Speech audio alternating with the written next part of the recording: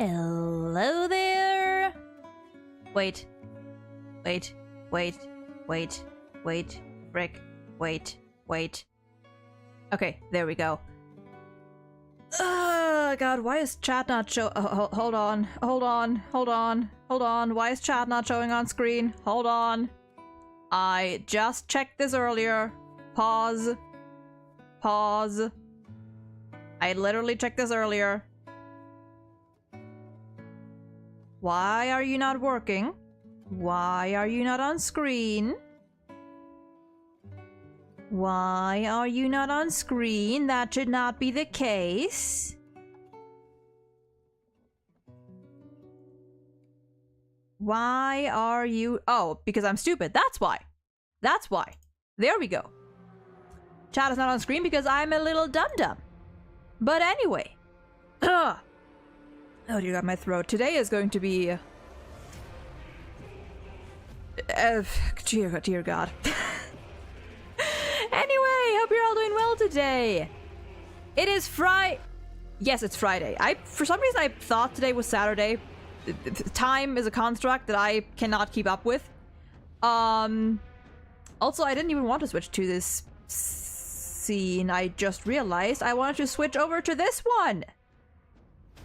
There we go. There we go. Now, hi.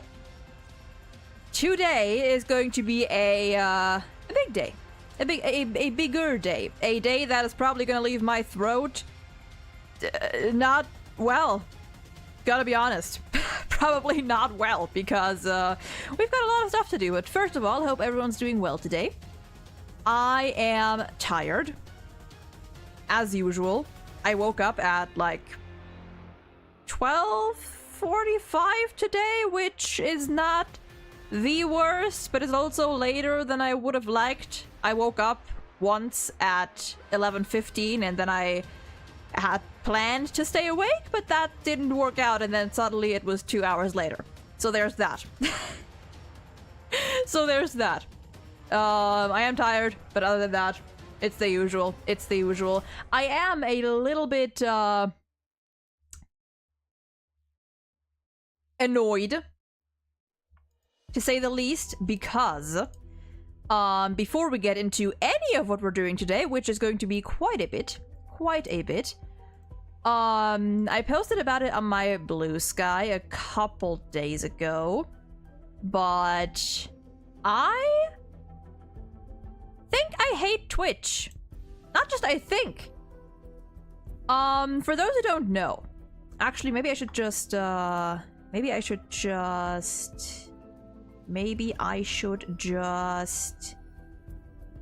do a little bit of this. I saw a fun, well, not fun thing. Why? Hold on. Why is it showing like this? Why is it showing like this? That's interesting. Why is it showing my thing like this? That is interesting. Hold on. That is weird. That is weird. There we go, I guess. For those who don't know, Twitch did a fun little thing a couple days ago that I was on my way to my Twitch, to my good old video producer, to highlight some streams, and then I was hit with a little notification that told me that apparently Twitch has now implemented a new limit on highlights, uploads that you can keep on your channel that is based on hours of content, which I would like to know who in their right mind, who at Twitch HQ, who sat down, came up with this idea of limiting the amount of highlights people could post or could make on their channels to 100 hours, which is not a lot. And was like, yeah, that's a good idea. Let's do that. I realize chat is not on this screen either, but it's fine. Who thought that was a good fucking idea? I rambled about this a little bit on my Blue Sky, which, if you haven't followed that yet, go do that, I guess, if you want to, or not. Of the notification I got, which is that my storage is apparently about 100 and something hours over, you know, their limit. And Twitch tells you to delete or remove as many highlights as needed until you're under 100 hours, and until then I can't even create any new highlights. I can't even I can't add anything to any I can't make any uploads. I can do nothing until mid-April. And what I've read is if you don't do it until then, they're just gonna start automatically deleting stuff themselves, which is probably gonna be based on like views. So like highlights with the least views are gonna get deleted first. Which, now listen, I, as someone who's only started using highlights, like as someone who's only started streaming like a bit over a year, and there's our first Snow Morena song. As someone who's only started streaming fairly recently in comparison to, you know, many others, I've been streaming for less than 2 years, I think. Yeah, I've been streaming for a little less than 2 years, and I've only started making highlights on Twitch fairly recently with my Apollo Justice playthrough, which was last year. So I'm only like 100 something hours over this limit, right? Technically, this would not even take me that much work. But there are people, many people, According to Twitch, it's only 0.5 or something % of streamers, but it is quite a lot of people who have thousands of hours worth of highlights and other uploads, who have been doing this, you know, for years, who have hundreds of highlights, whose number is quite a bit higher, whose number is 10 times, 20 times higher than my measly 204, roughly. And Twitch has now given all of these people a huge middle finger. And the reason for that is even stupider. Because their reasoning... Actually, hold on, let me do something real quick.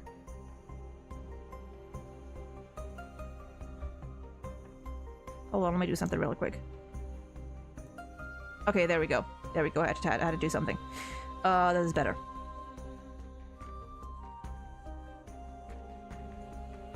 Let me, real quick. Okay, there we go. And Twitch's reasoning for this new feature that they decided to, for some reason, add is so fucking stupid. So fucking stupid. According to Twitch, right?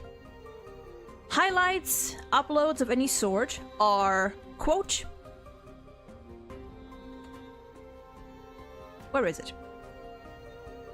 Highlights have not been very effective in driving discovery or engagement with viewers compared to features like clips, tags, and the mobile discovery feed.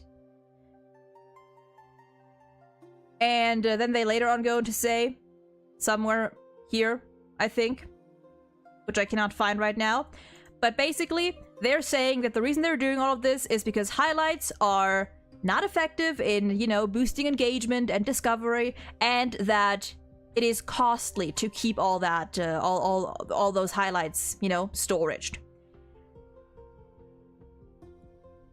I don't... Again, who thought this was a good idea, right? And what is that kind of reasoning?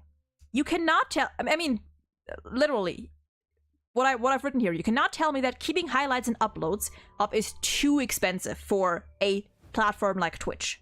You cannot convince me that that is suddenly too much for them. That they, you know, that is Twitch, you know, Twitch can afford that. Twitch, our little, struggling, hard-working streaming platform can afford that. That is too costly for them. It is too they're spending so much money on keeping these highlights up, and it doesn't, you know, it doesn't earn them any new engagement and discovery and whatnot. Then fucking fix it. This is your platform.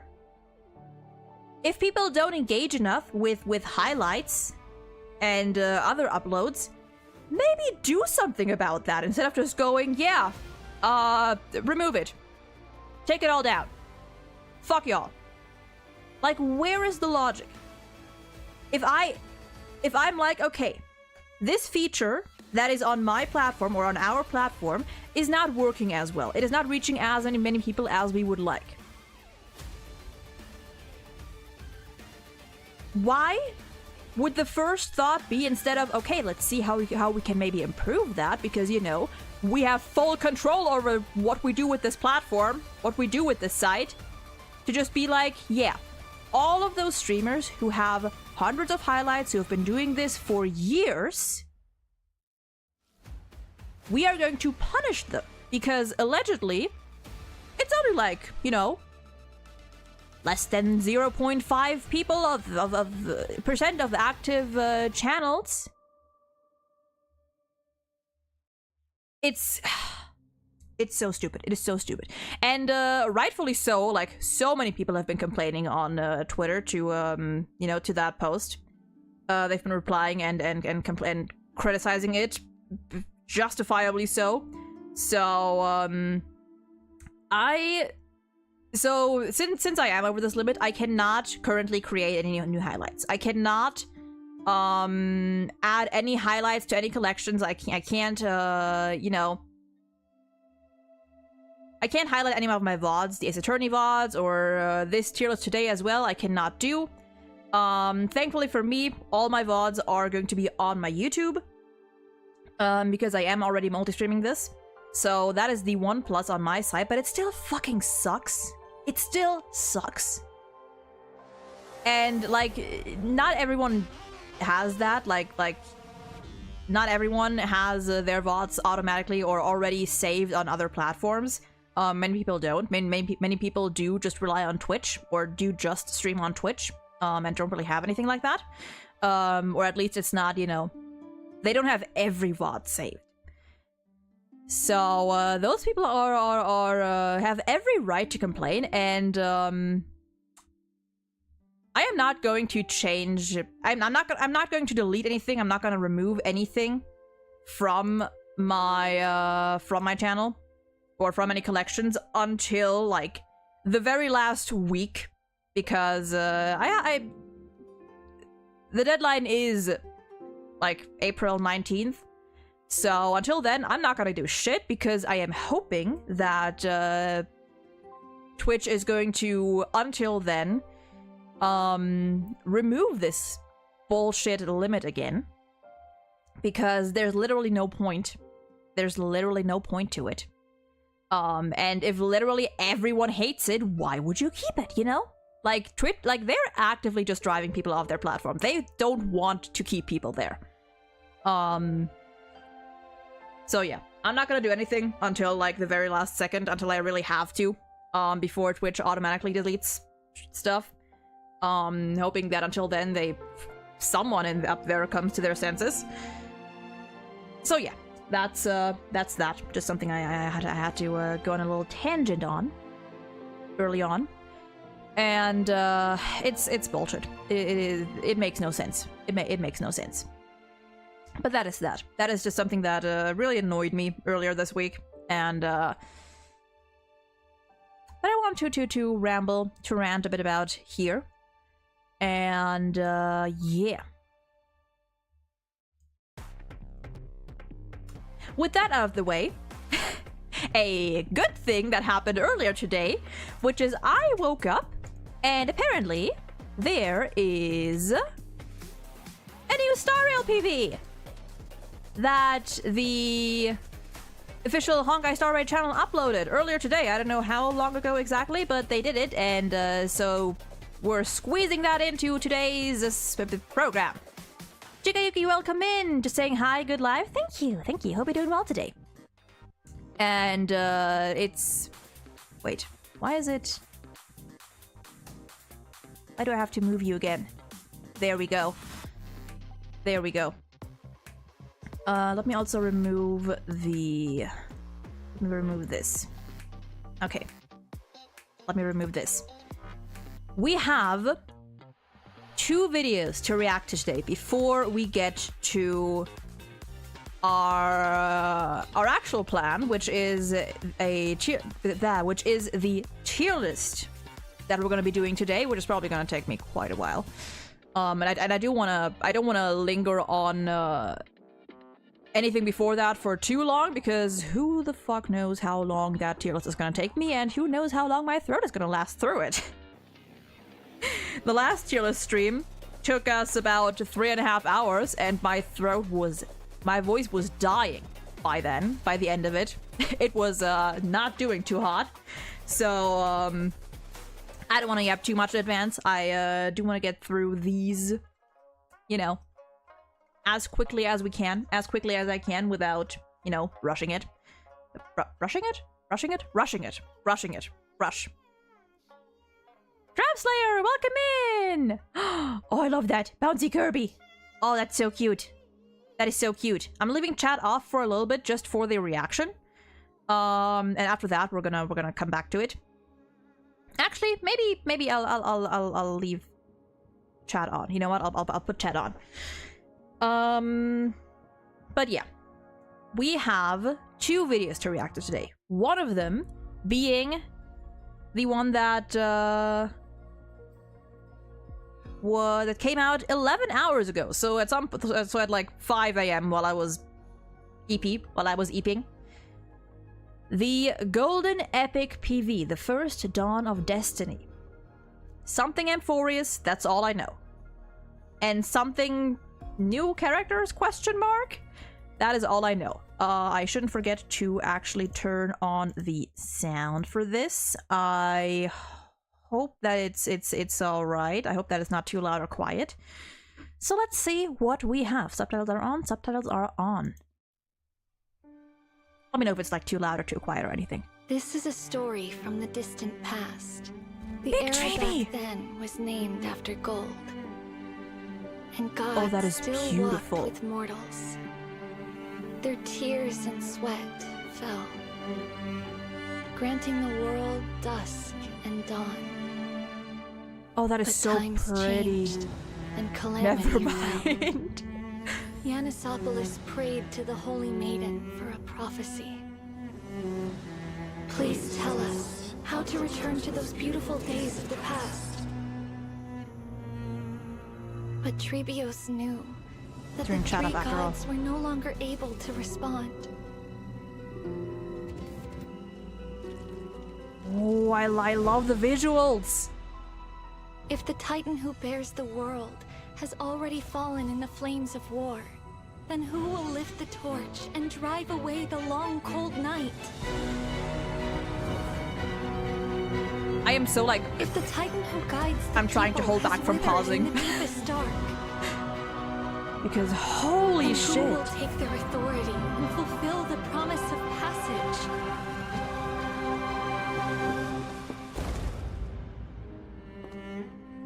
Humans will.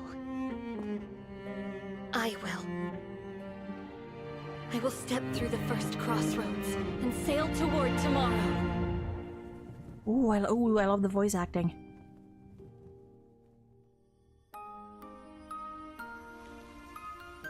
Look at her! Look at them! Smaller, and there's more of me. The Get ready. babies! It's time for us to head out with the west wind. There's so many of them. Toward the proverb revealed by fate. Go and seek the children of humanity with golden blood. Oh, that it. Like you, Oh, the music. some will be trapped in the past. Some will bury time itself. Oh, hello. Some will discard their humanity. Hi. Some will forfeit their life. Some will become utterly alone. Oh, don't do that to me. Some will lose everything.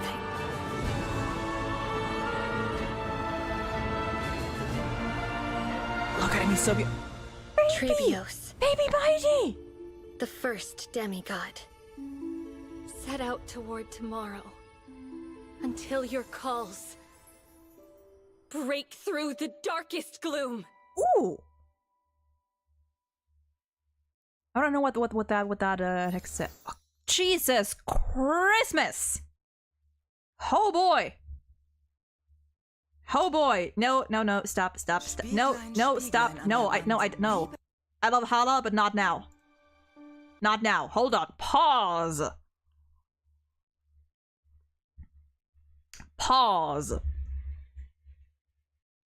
Also, yes, Treeby plushie, win.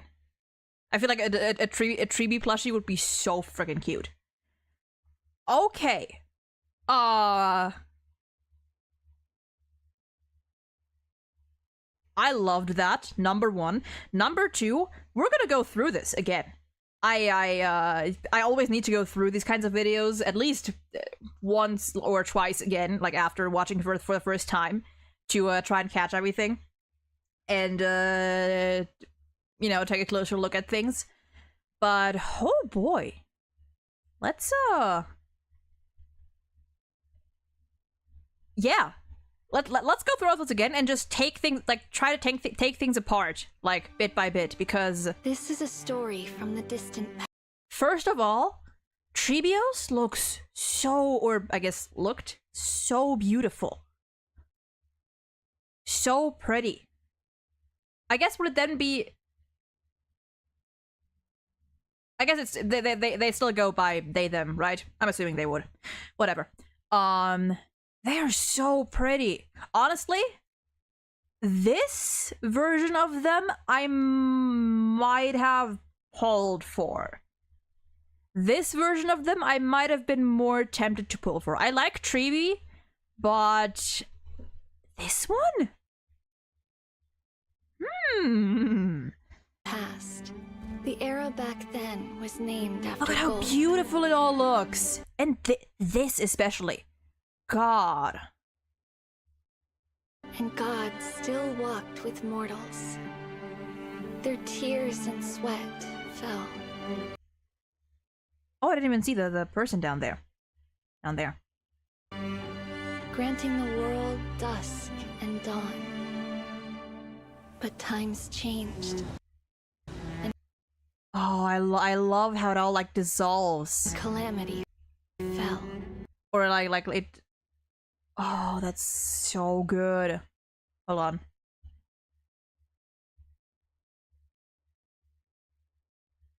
Times changed. Oh, that's so and cool. Calamity fell. Yanisopoulos prayed to the Holy Maiden for a prophecy. Please tell us how to return to those beautiful days of the past. Ooh, the Oh, that's interesting. First of all, I love her hair. I cannot get over Treebios's hair. It's so pretty. I'm a sucker for red hair. I didn't even see this, like, these, like, what do you call it? Like the rings around their arms. That's interesting. But Treebios knew that the three gods were no longer able to respond. I want to check this right here. Is there anything, like...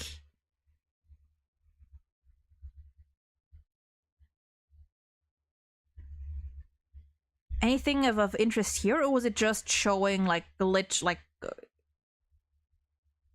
through... Yeah, no, it's just a lot of glitching through the different sceneries. Respond. Yeah, same thing here, I'm assuming. I love this. Like the... I mean, whatever that is. Like the kind of like...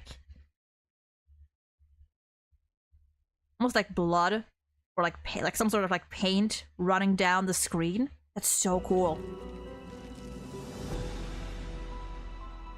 If the Titan who bears the world has already fallen in the flames of war, then who will lift the torch and drive away the long cold night?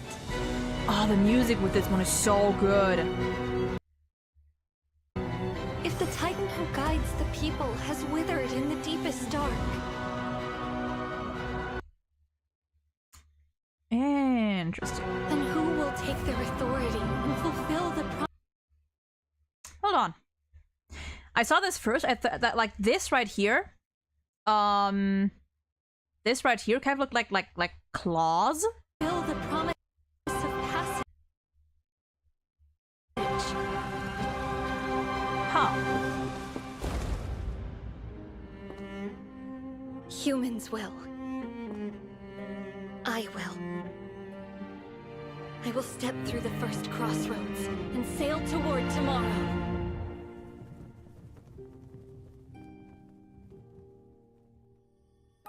Oh.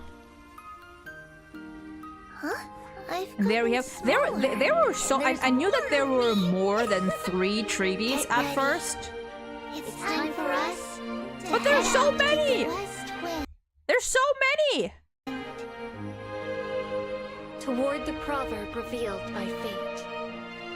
Go and seek the children of humanity with golden blood. God, the music. Oh. Now this one I need to pay a bit closer attention to. Go and seek the children of humanity with golden blood. Like you. Some will be trapped in the past. Interesting. Some will be trapped in the past. Hold on. Never mind, I thought that was someone. Some will bury time Who itself. are... Who are you? Hold on. Hold on. Hold on. 1, 2. There's 12, right? Yeah, there's 12. 1, 2. Some will discard their humanity. 3, 4, 5. Some will forfeit 6, their life. 7. Some will become utterly alone. 8. Some will 9. lose 10 with Treeby. Okay, hold on. How many, actually, how many Chrysos heirs were we shown in the, like, first showcase? Was it 8? Was it 8? It was Aglaya, Castorus, the guys, so that's 3. Cypher. I forgot her name. Pink Barbara. And I think one more that I can't think of right now. One more who I forgot about. But yeah, I think it was 8. I think it was. Did I say Aglaya? I might have forgotten Aglaya. But so 2 of these we haven't actually seen yet, I think. So that's Some will bury this time one. itself. Can I get closer maybe without it blurring too much? Kind of. Are those ears? Or is that hair? Like these little... Is that hair or are those ears? They kind of look like ears. They might be hair. And they have what looks like... It looks like little wings. Huh. And they do... Oh god, I think they have the... I think they have the dress cars. I think they have the shoulder... free dress curse, but it's fine. Anyway, moving on. What is that? Is that like a? What is that? Are they holding something, or is that like an accessory? Bat theme, perhaps. That would be awesome. Honestly, that would be awesome. And where are they standing? Just like a free, like a single staircase. Huh. Itself. Some will discard their humanity. This one we haven't seen yet either. Oh, she looks pretty. She looks pretty. A lot of purple going on there. Or purple blue, I guess. Whatever. There's Cypher. And Glaya up there. Humanity. Okay, hold on. Some will discard their humanity. Some will discard their humanity. We know that about Aglaya. Who's already been talked about in the story, that like she is getting like she is as time goes on, like leaning fully into, you know, her role as a demigod and forsaking or losing her humanity. I wonder if that would apply to these two as well, because all 3 of them are shown on this screen. What did it say about the some will bury time itself? Huh. With Castorus, it was what was it? Like haunted by their past or something? Trapped in the past. Yeah. Some will bury time itself. Some will bury time itself.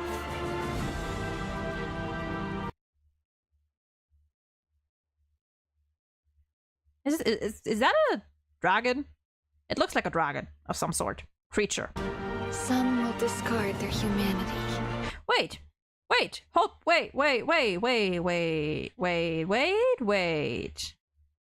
Wait. Hold on. Pause. So we're starting with Castor. Well, we're starting with Treeby. So that's 1, 2. Hold on. There's 12 Chrysos heirs. No, welcome in. There's 12 Chrysos heirs. Including Treeby, right? Yeah. So that's 1. Some will bury time itself.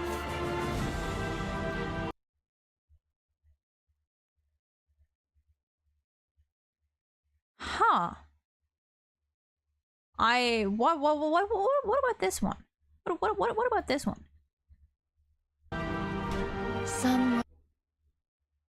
Yeah, like this, it looks like a dragon, number one. It looks like a dragon. But I didn't even catch that at first because,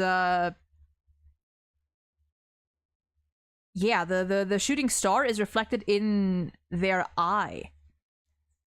Huh. Dragon type character summoning a dragon, although Castris does that, I'm pretty sure. So that's okay. So with them, it would be like we would be at 4 now. Treeby, Castris, that lady. Assuming it's a lady. 4, the dragon, some possibly. Discard their humanity. 5, 6, 7. Wait. Some will discard. There was no line for that one. Maybe the other half of Castris. Ooh. That's an idea. That is an idea. In that case, it is a little... I feel like... I mean, one side of me says that, like... Why wouldn't they have shown that shot right after Castris? But also... I don't know. Mania, welcome in! Welcome in! Yeah, that's like the only reason why I'm not sure about that one. However... I guess they could it's not out of the question. It's not too far-fetched, I think, simply because it looks very dragon-esque. And we didn't get a voice line for that one specifically. Some will discard their humanity. And it's showing Aglaya, Cypher, and this lady here. So I'm assuming that line might in some way fit all 3 of them. We know it does with Aglaya. The other 2 we haven't met yet. You might be cooking, Nova. Honestly, you might be. Zayla 3.0. Oh god, please. Not another one. We've got enough. We've got enough purple. So that would be 7. Trebios or Trebi, Castris, Bat, possibly Bat, Lady, Person, maybe Dragon, and 7 with these 3. 8, 9. Some will forfeit their... I'm sorry, what? I'm sorry, what did you just say to me? What do you mean some will forfeit their life? No, they won't. No, they won't! What the fuck? I didn't even catch that the first time. Well, that's fun. Rip Strawberry Barbara and rip Anaxa, I guess, but I don't want that. Oh. Okay, 9. Their life. Some will become utterly... 10. Okay, so first of all, fucking look at him. Look at the baby. Oh, and is that his village? Or maybe what used to be his village? Alone. Some will lose everything. And then there's Mighty thrown into the Sea of Souls. Some will lose everything. True, true.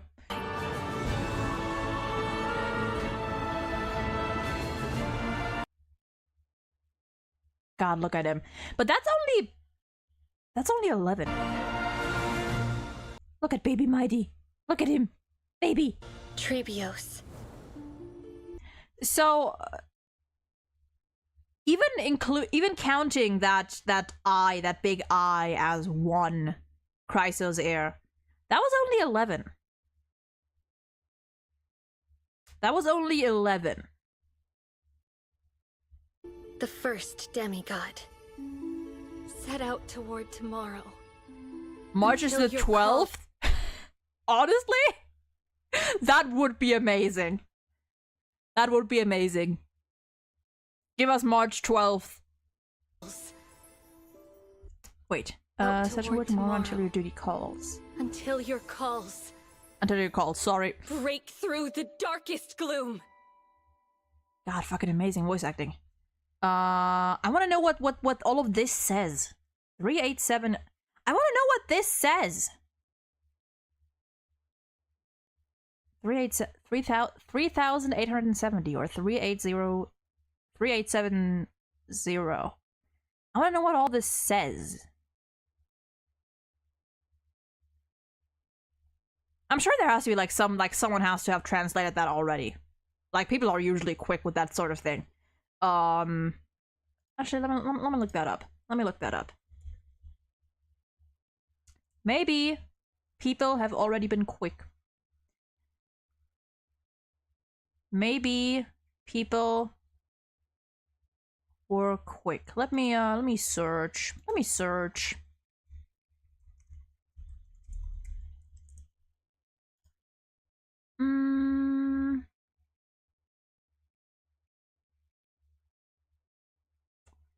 No, not really. Can't really see anything here. And I don't want to take the time right now to try and figure that out because I'm sure like there's a I'm sure like this whole like alphabet is on the wiki somewhere. Oh, there is a link. Light calendar 3870 month of freedom. Humanity's flame chase journey officially begins. Huh. Okay, yeah, Nova, do you have a yeah, link's bad. Link's bad, sadly. You shall shatter into 1,000 fragments and wither in the soil of foreign lands. I'm assuming, okay. I think we had the first like thing of this somewhere here. Somewhere earlier on.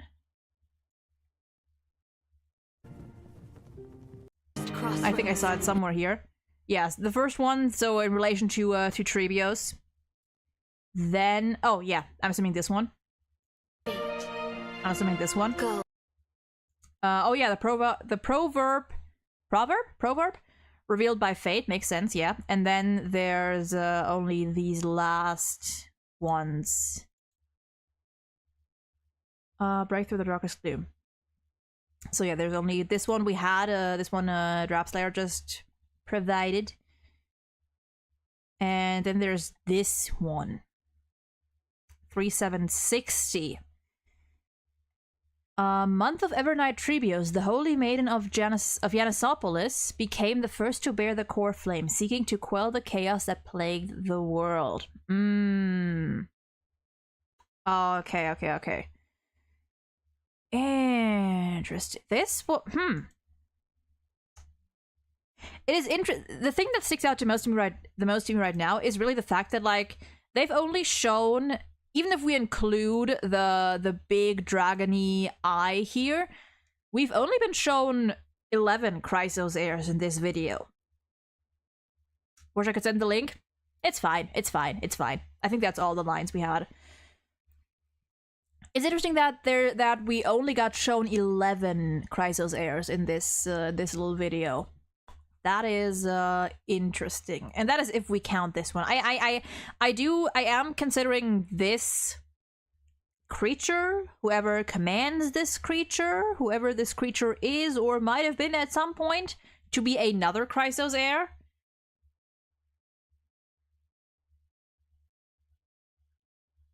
Which is also very fascinating.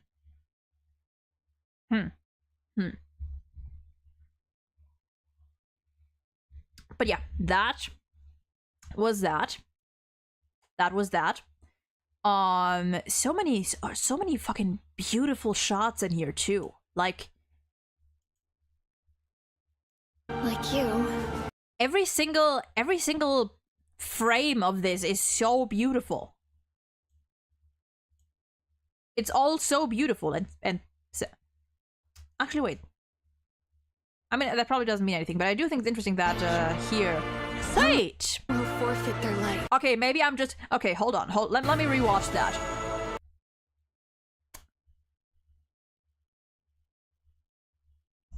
Let me check something.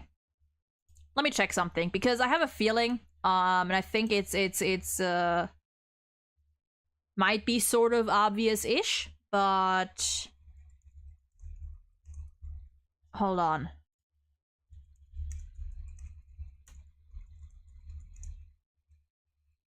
I'm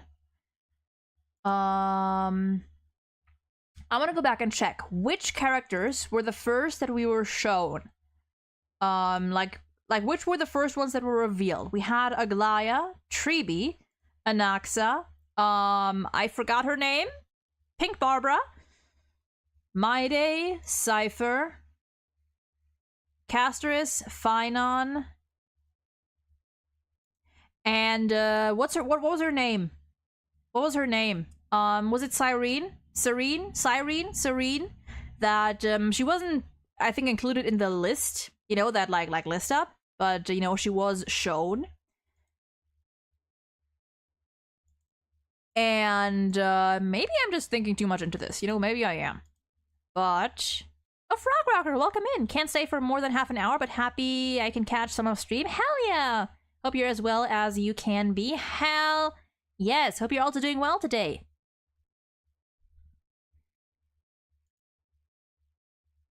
Hope you're Skibbity Rocker. But what I was saying is, right here, Will forfeit their life. we have the shooting star, like, cross through this sword. And then we have the one for Phynon.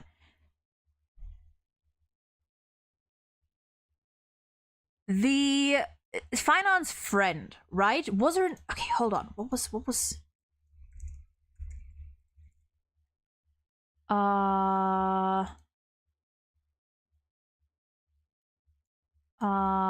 Okay, it was Cyrene, or Cyrene. I don't know how her name is pronounced. But Phynon's friend, who we saw in at the end of the 3.0 quest, was stabbed. Was impaled. I'm thinking that this right here, this reflection over the sword, Some will become utterly alone. maybe referring to her? Maybe you're referring to her. Like, number one, like, Cyrene, she's not dead, obviously. Like, no fucking shot. Or at least, like, she's gonna come back at some point somehow.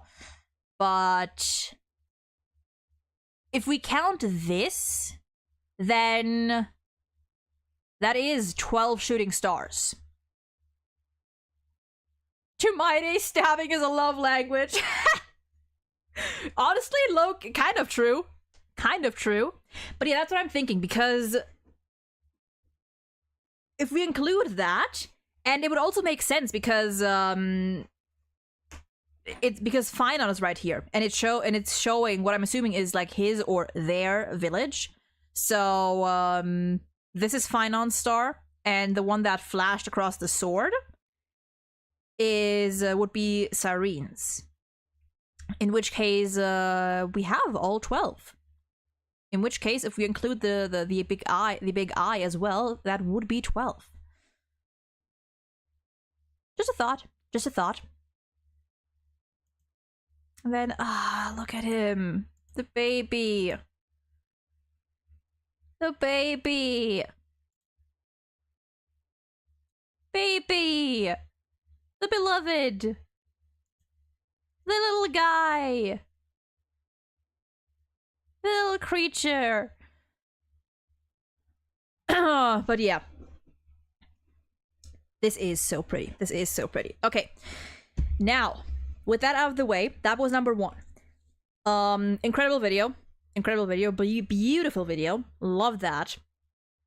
And next on the line, we have a somewhat different video that I stumbled upon earlier this week.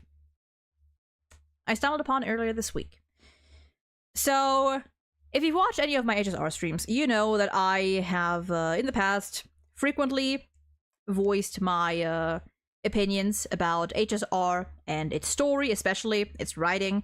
And I've always had, you know, some things that I loved, some that I didn't really like. And I found a video by dear... Well, you're gonna have to bear with that black border down there until we're full screening. Nova Impact. I've seen this guy around a few times, especially lately. And back when, for those who don't know, a while back we did a stream where we went through HSR characters' lore, their character stories, and some of their voice lines. Only for I think one of them actually, or one or two of them. And we began trying to figure out whether HSR character lore matches the paths that they are given in-game. It's a series we started a while ago. I'm currently editing the first 2 videos of it. The first one should be up soon-ish. I'm like 80% done with that one. And it's gonna be a series. We're gonna be doing it for every playable character, every path. And I was looking up whether, you know, someone had already done this beforehand, and I stumbled upon this guy. Who basically did something similar. Not similar. He, in some of his videos, kind of does that, which is, he has some, I'm assuming it's a he, I'm assuming he goes by he, him, has a few videos where he actually does that. He takes a couple characters, puts them in a video, and tries to explain how their in-game paths fits their character and fits their lore in some way. And that's how I stumbled upon this guy, and I've been seeing a couple of shorts of him recently. And he uploaded a video that's called Honkai Star Rail has a huge problem. I've watched like the first minute of this before I decided I wanted to actually react to it on stream, because apparently this is not, you know, anything about power creep or other issues that Honkai Star Rail have. This seems to be more story related, at least from what I could gather. In which case, I am curious to see if some of the problems that he addresses here are overlap with the things that I've talked about in past streams. 12 minutes, or almost 30 minutes. I might be pausing quite a few times throughout this, although again, I don't want to go for too long. We've been live for almost an hour already. Whoops. But yeah. We're gonna have a look-see and see what he says. Also, of course, if you want to actually watch the video without me pausing and yapping in between, make sure to check him out. I'm gonna link the I'm gonna link the video right now.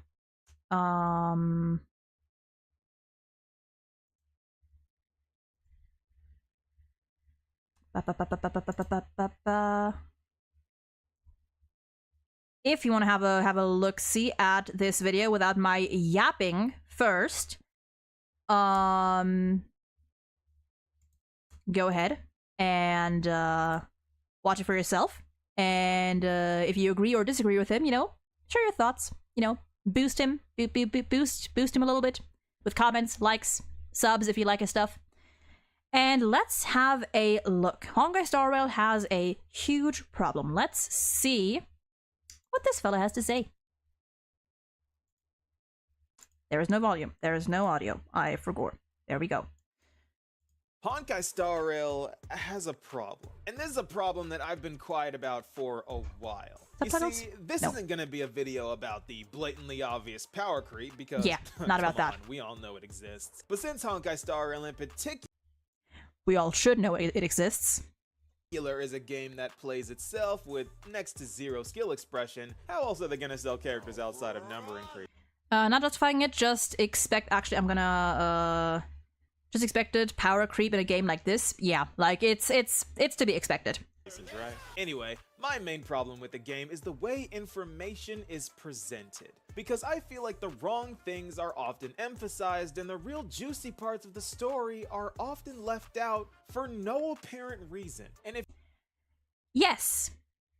yes, this is something that I've talked about before, that HSR has a problem of lingering on certain things maybe a bit longer than they would need to, and kind of brushing over certain moments, scenes, topics that I feel like should be shown or at least talked about more.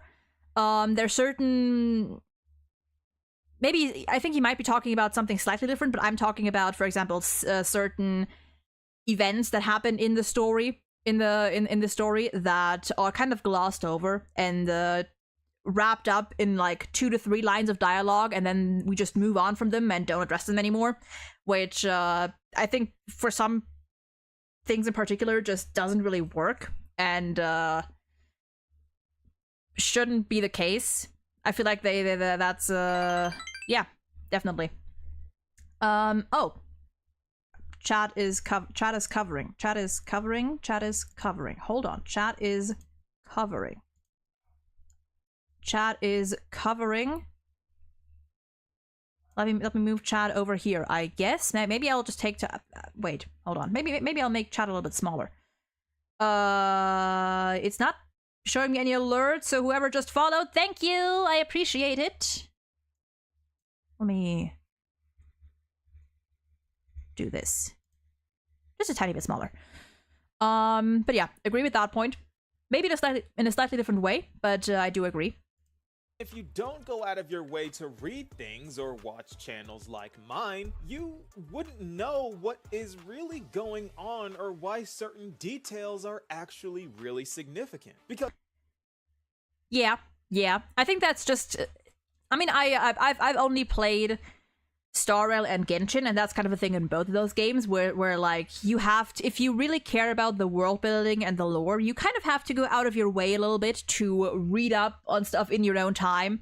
Like the main story isn't going to feed you everything. You kind of have to go on a little search yourself. Because in my opinion, Honkai Star Rail has the densest, most expansive lore out of every Hoyoverse game. I'm gonna have to somewhat disagree on that, but simply because, you know, Genshin, like, if you actually care about Genshin's lore, it is massive. Like, there's so much. But maybe that only supports his point that maybe there's like many things regarding HSR lore that I just don't really know too much about. So who knows? I mean, that's like most games. Also true. Yeah, also true. But they never showcase that fact without the player going miles out of their way in order. Like, come on, you know, Hoyo, you know we can't read. Hey, speak for yourself, buddy. I play visual novels. Listen, I've said this before. I've said this before. I feel like if you actually, how much you enjoy Hoyoverse games really depends on how much you're used to playing games, like how much you're used to playing visual novels and other text-based games. Because as someone who plays VNs quite a lot, many of the problems that people are complaining about when it comes to like the dialogue and text bloating and whatnot are things that I've rarely ever noticed, just because I already have like enough practice to know that when I read through a story or I read through dialogue, my brain automatically like filters out the stuff that I don't need to know. I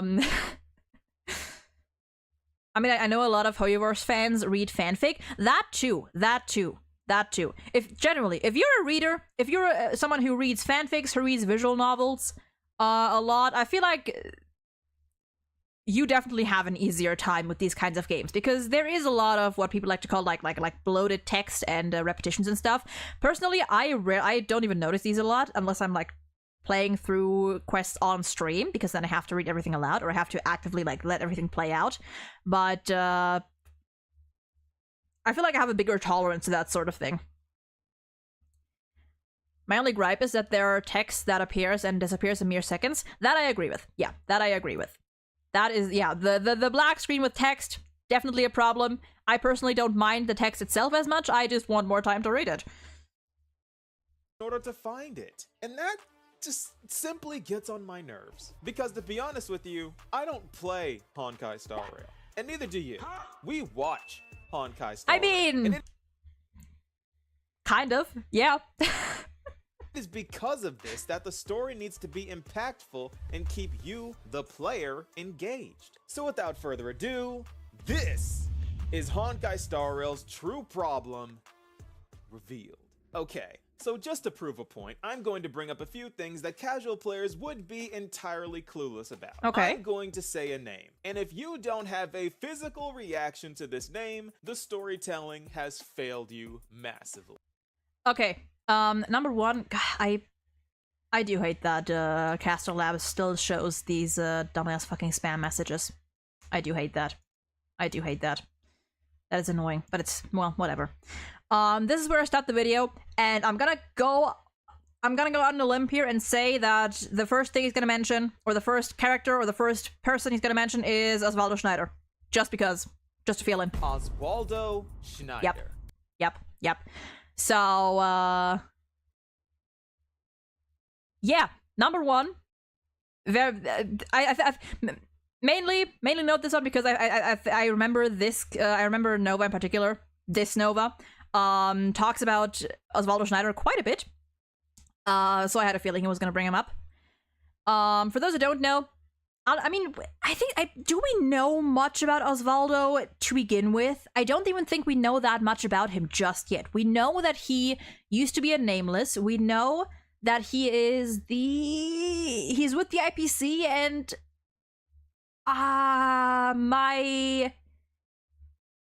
my head is telling me head of the marketing development department, because that's the only thing that comes to mind when I think of him.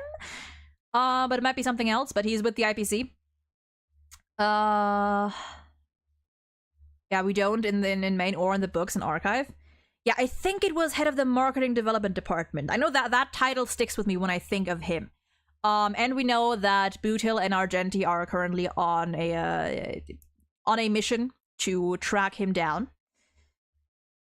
Boothill and did I say Argenti or Aventurine? Aventurine and Boothill, those two, are currently on a mission to track that man down. He's not been mentioned a lot in the main story. I think that is the only time we've heard of him, when we had that confrontation between Aventurine and Boothill. And outside, there's one video where he was mentioned and where we learned that he's a former nameless. But besides that, I don't really remember much. Yeah, he's on their shit list, but we don't really know much more than that. But he does definitely seem like an important figure. I know my longtime audience is probably thinking, not this guy. Sorry, we gotta talk about this guy. Wait, I love that he's mentioning specifically Aventurine and Boothill. Yeah. Not this guy. I'm sorry, we gotta talk about this guy for the people in the back. Remember when Boothill tracked down Aventurine to interrogate him about Osvaldo's whereabouts? Then he's brought up again, and wow, Aventurine and Boothill are friends now? What's going on here? Still love that Boothill calls Aventurine a flamboyant fella. He knows. And that's where the information stops. But it just so happens that we got an entire story section in the main story dedicated to both Aventurine and Boothill's past. Look at the baby! But this guy was never brought up. So True. I think that for Boothill's story, I mean, to be fair, he could have been brought up in both. I feel like with Boothill, just because it was a much shorter snippet, I guess it's fine. We still need like an actually Boothill centric story quest. We just do. For Aventurine, yeah, I feel like they could have name dropped him at least once or twice, but I guess it depends on like how these two are really connected, like to what extent, and to what extent Aventurine would be thinking about him. Whoops. Aventurine and Boothill's pasts. But this guy was never brought up, so he must not be important, right? But he is. He is, in fact, he is the indeed entire reason why both of their stories are tragic. Oswaldo Schneider is the most influential faceless villain in this entire game that next to no one knows about. But since the game won't tell you, I suppose I'll give you the rundown on who this guy is real quick. Oswaldo let's see if I is missed a anything. former Nameless. Yep. He left the path of the Trailblaze to work for the IPC. Still I'm curious how that happened. Like, how do you go from being a Nameless to capitalism? How do you go from being a Nameless and you know, like a Trailblazer to, or you know, walking the path of Trailblaze to working for the IPC? How does that happen? Where he would commit crimes against humanity that you aren't ready to hear about. Because I call the Trailblaze the path of meddling in other people's affairs for a True. reason. But Oswaldo is the opposite of that. He is an active terrorist. Remember when Aventurine was living in the desert with his sister? This is because Oswaldo Yeah. led an operation on Sigonia 4, Aventurine's planet, to initiate a project called Sigonian Sovereignty to unify all the clans on this primitive planet. But he left out the Catechins and the Avgens and exiled them to the desert. That was Aventurine's clan, by the way. He's an Avgen. This is why Aventurine was living there, forced to bet his life for food against the nearby Catechins that wanted him dead. This is also why Sigonians are stigmatized. That life wasn't for him. Osvaldo created racism on a galactic level. Remember that little sparkle interaction? Yeah, that's because Yeah. of Oswaldo too. But it gets worse. But as time went on, eventually... I mean, wait, what did he say? Yes, Oswaldo created racism on a galactic level. Remember that little sparkle interaction? Yeah, that's because of Oswaldo too. I mean, to be fair, she would have found something else, honestly. But it gets worse. But as time went on, and eventually the Catechins got sick of the Avgens existing, I guess, they planned to wipe them all out. And the Avgens got wind of the plan and begged the IPC Men in Black to help them. And the IPC agreed, and then didn't show up to the ambush, resulting in over 6,000 deaths and 3,000 missing. Still insane. I need to play the story. I'm still at Penacony story-wise. Well, there might be some spoilers here, depending on how far you are. At least for 2.1. I mean, mainly for like Boot Hills and Aventurine story, at least so far. That is still insane. God, I remember that when I played through this quest, this line right here on the screen hit me so hard because it's you go through this scene and this is like, you know, it's a broadcast and you have a like the newscaster just read off this like the results or the casualties of this massacre. And I don't know, there's always something to me, there's always something so gruesome about such like devastating news being presented in such a cold and like neutral manner, I guess. You know what I mean? And you had the, you know, you had the OST playing in the background. This line in particular, when they listed off the actual numbers, that line I think hit me like harder than most others, just because it was so just like the way it was presented, you know, like just as a like a neutral, like a just a report, just like an ordinary report, I guess. So yeah, this line will always stick in my mind. I have the opposite. I have completed the story, but I have so many side quests I need to do. Honestly, fair. Onward, welcome in. What's going on, streamer? We are reacting to a video. We are reacting to a video talking about HSR's, or I guess one of HSR's biggest problems. Plural. Yeah, it's like yeah, like it's such like this, you know, like this distance, I guess. It's like professional distance when they report this.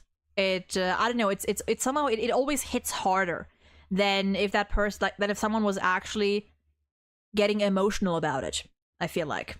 Or I guess it's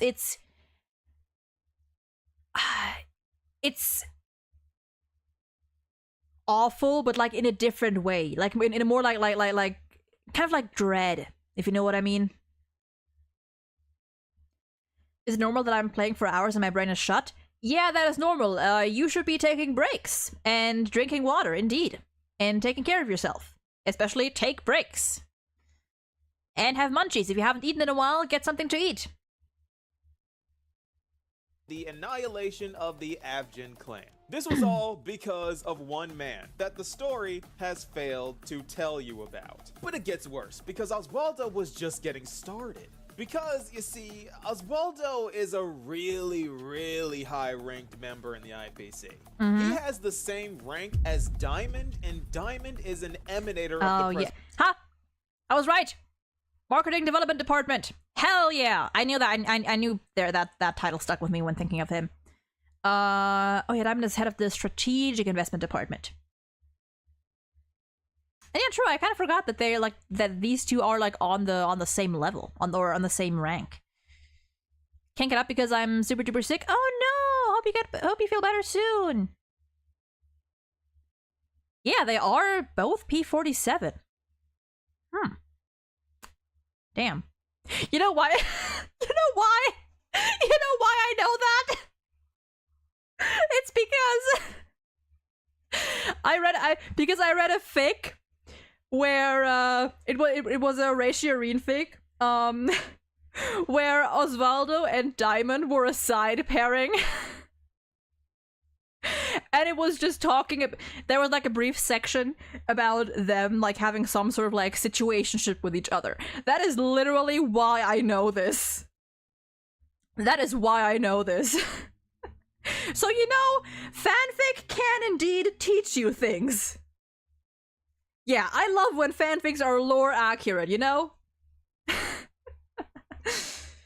I had a fever for 5 days and it's so strong. Oh no! You're probably like, if it doesn't get better, you should probably go see a doctor. And if you haven't taken it, like if you have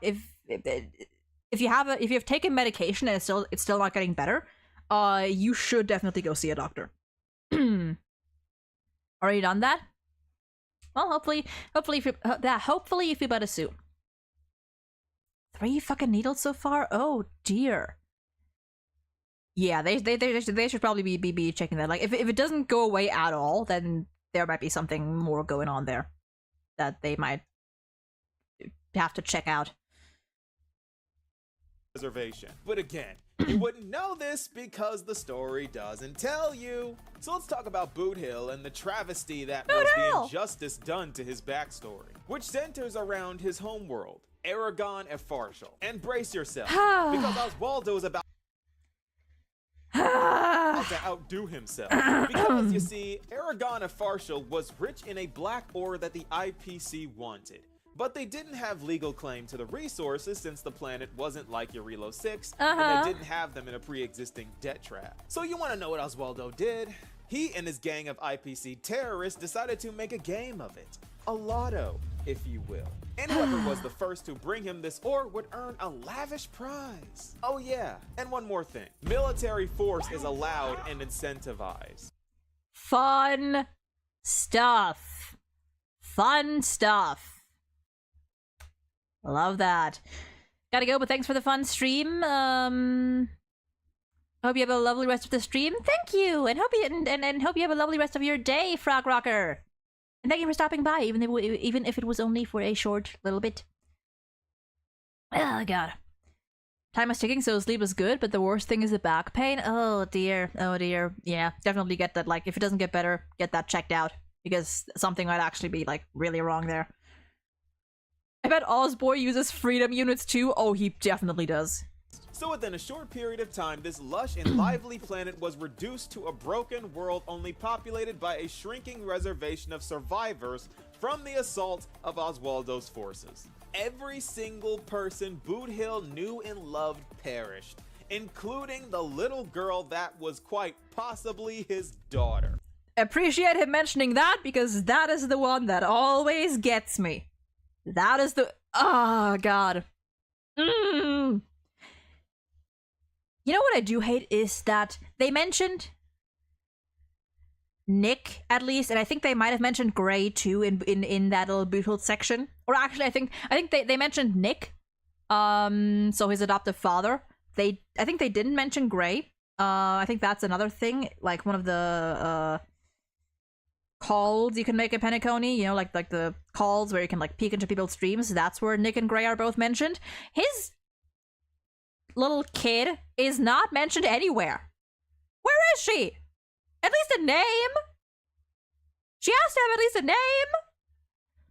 Now, with all this in mind, does this interaction with Boothill and event Side note, the IPC still uses that black ore to this day to make super weapons. feel different? I bet it does. And that is because of the way this story is told and the blatant disregard for what should be established as common knowledge. Yes, if you read the character bios from start to finish, you understand this, but what if you didn't get Boothill? You wouldn't know, would you? Nope. You would have no clue about what's actually going on here. If you're like me and you don't like the IPC and you just didn't care enough about Boothill to get him, you would be entirely clueless. Why wouldn't you? Why wouldn't you? You know, like, skill issue. If you look at Boothill and you're like, nah, you know. But yeah, no, fair enough, fair enough. Remind me, what was the fastest way to get fragments in Swarm? No clue. No clue what the fastest way is. I just play.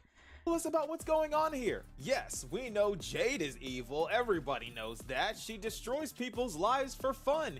I wouldn't even call Jade evil per se. She's like morally gray at best.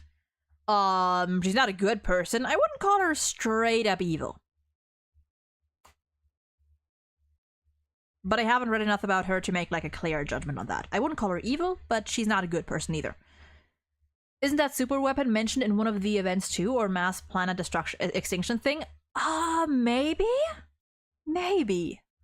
And that's put on center stage. I call her Satan with a pimp hat. But compared to— Hey. Don't insult Satan like that. Satan's a homie. Oswaldo, Jade is just a mildly misguided individual. And remember when I said Lotto earlier? That was foreshadowing. Because Oswaldo runs a little thing called the Cosmic Big Lotto. Oh, I didn't know that. A.K.A. I actually didn't know the curio that ruins your simulated universe runs. Yes, Oswaldo can hurt you in real life. But for some reason, Hoyo doesn't want to tell you about him directly. He is such an incredible villain. Oswaldo is such an incredible villain that is worthy of all the hate in the universe directed at him. But half the community doesn't even know he exists. Yeah. And I know that people don't know him because every time I mention Oswaldo in passing, I get so many comments like, oh, who is Oswaldo? Who? Yeah, where has he ever mentioned he was a what? Who the hell's Oswaldo?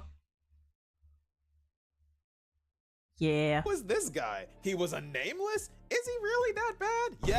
Yes he is. And by the way, this isn't him. I just used this silhouette guy because he looks evil and authoritative. So stop simping for him. But let's move on. Enough about this guy. Let's talk about the other character we know is being hunted by a Galaxy Ranger. And that would be Evil Ninja Osaru, aka Genius Society number 64, Dr. Primitive. You see, yep. To be fair, we've only learned about him very recently. And we actually have been, at least we were told about him more, you know, in the 2.6 quest. Rappa has been chasing this guy for a long time. In fact, she's not the only one on his tail. Dr. Primitive is infamous throughout the entire universe. And his name isn't even Dr. Primitive. People just call him that because that's his crime. He turns people into monkeys. He's known by his crimes against humanity, which goes hard, by the way. Okay. that is kind of cool. Gotta give him that. Okay, so we know he turns people into monkeys, but why can't anyone catch him? He's just one guy, and every planet he strikes, it's obvious who did it. But what the game doesn't tell you is actually hidden in the description of the quantum damage boots that have been in the game since day one, which tells you that Dr. Primitive discovered gravity capture technology. and applied it to skates. So this guy speed skates through space, turning people into monkeys. What? I'm sorry, hold on. He applied some kind of gravity capture technology to his escape where he was able to use gravity to wander freely across space. Astrophysicists from the Intelligentsia Guild could not understand the principles of this technology, so they merely assumed that it was something to do with the gravitational potential difference between stars. His pursuers riding in vehicles of the gravity era struggled to catch up to his speed, swearing to bring him to justice. Okay, low-key, that is kind of funny. Watching someone spacewalking should have been a feast for the eyes, a Galaxy Ranger said. Too bad that someone is Dr. Primitive. Okay, that is I did not know that. That is wild. And also low-key hilarious.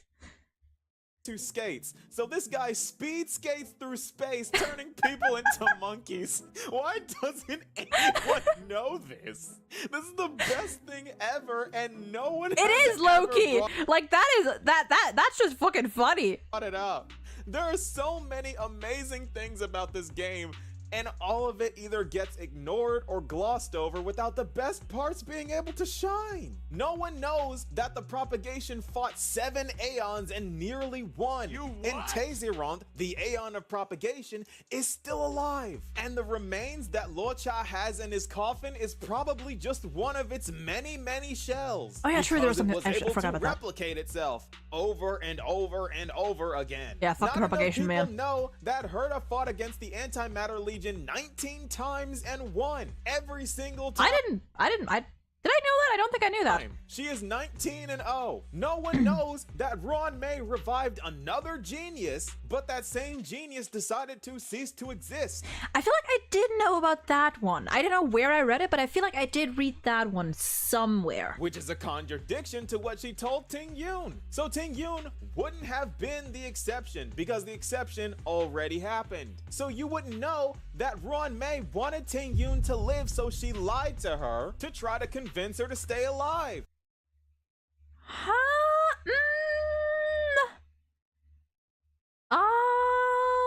Hold on, let me run that back.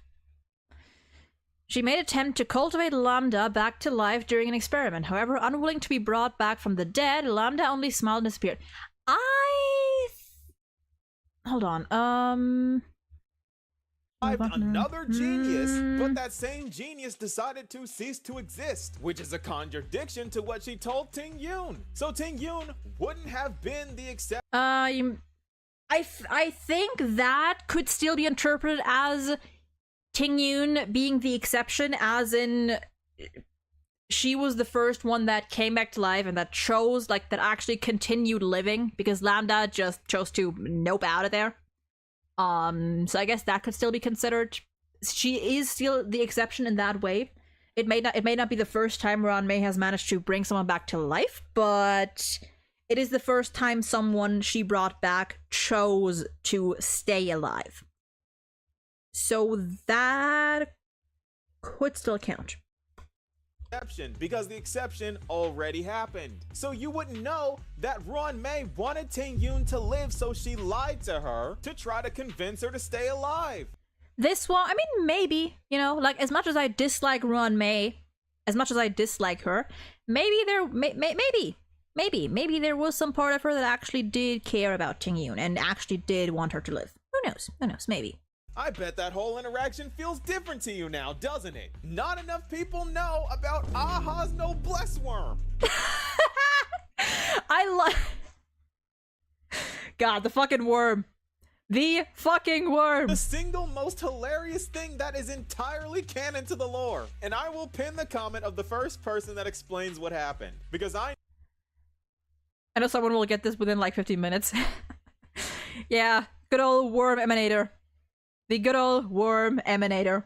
I know my subscribers know this. I will pin the comment of the first person that explains what happened, because I know my subscribers know this, because you guys are built different. What I mean to say is this: I love this game's lore. It is gritty, dark, and disgusting and hilarious all at the same time. And I could go on for way longer than this, yapping about the details in the story that have yet to be addressed that subtract from the impact the story events have. I don't complain very often. In fact, this is my first video complaining about anything. But this is the one thing that just gets on my nerves that no one in the community seems to be addressing. I get it, I'll I take get it it. upon myself to do so. In the end, I just want more people to enjoy the story to the fullest, and what we've been getting just isn't cutting it for me. And I get it.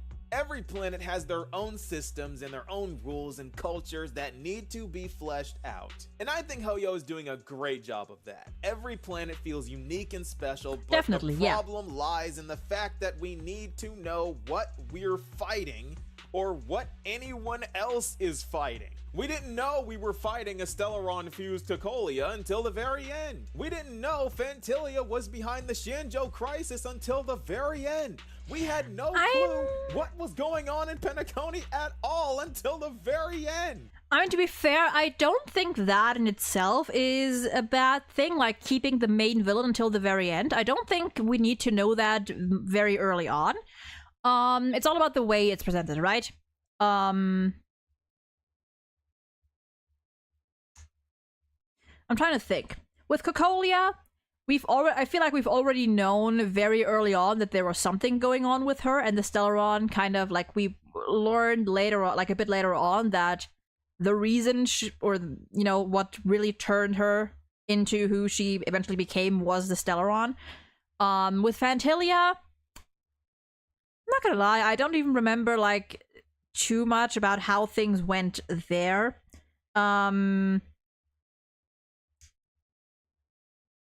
I think that Phantilia the way we learned about Phantilia wasn't the problem. It was like the Luofu in general had some issues with its pacing and writing and stuff, in my opinion. But I don't think that was one of them in particular. Penacony, as much as I can say about that whole story about those patches, that wasn't one of them. I think the way they handled Penacony's villain, trying to think. I think it was fine. Because similarly to Cocolia, we already got the impression early on that there was, that Sunday, there was more to Sunday than met the eye, and more to his circumstances than met the eye. So I think it's fine in that aspect. This part I'm not fully on board with. I think it's fine to leave a big villain until the very end, as like a plot twist. You just have to you have to do it right. I've always been a fan of foreshadowing, and I feel like in many cases we have gotten that to a at least satisfying extent. Where even early on you could already deduce where roughly things were going, if you paid attention. So I don't really mind that. And we still don't know what the Black Tide is in Emphorius. True. But again, this is the one point that I have to disagree on. I think it's fine to not know the main villain right off the bat.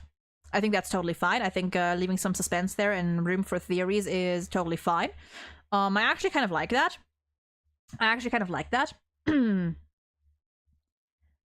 It's just, you just have to be careful that it doesn't seem that the way you present it doesn't make it seem like it's completely out of the blue.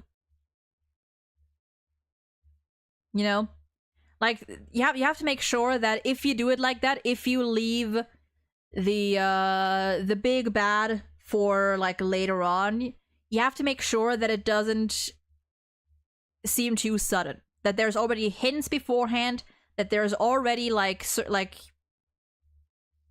pointers, that you can already come to the conclusion, or at least a similar conclusion beforehand. You gotta make it make sense. So this part I do disagree on. But you know what?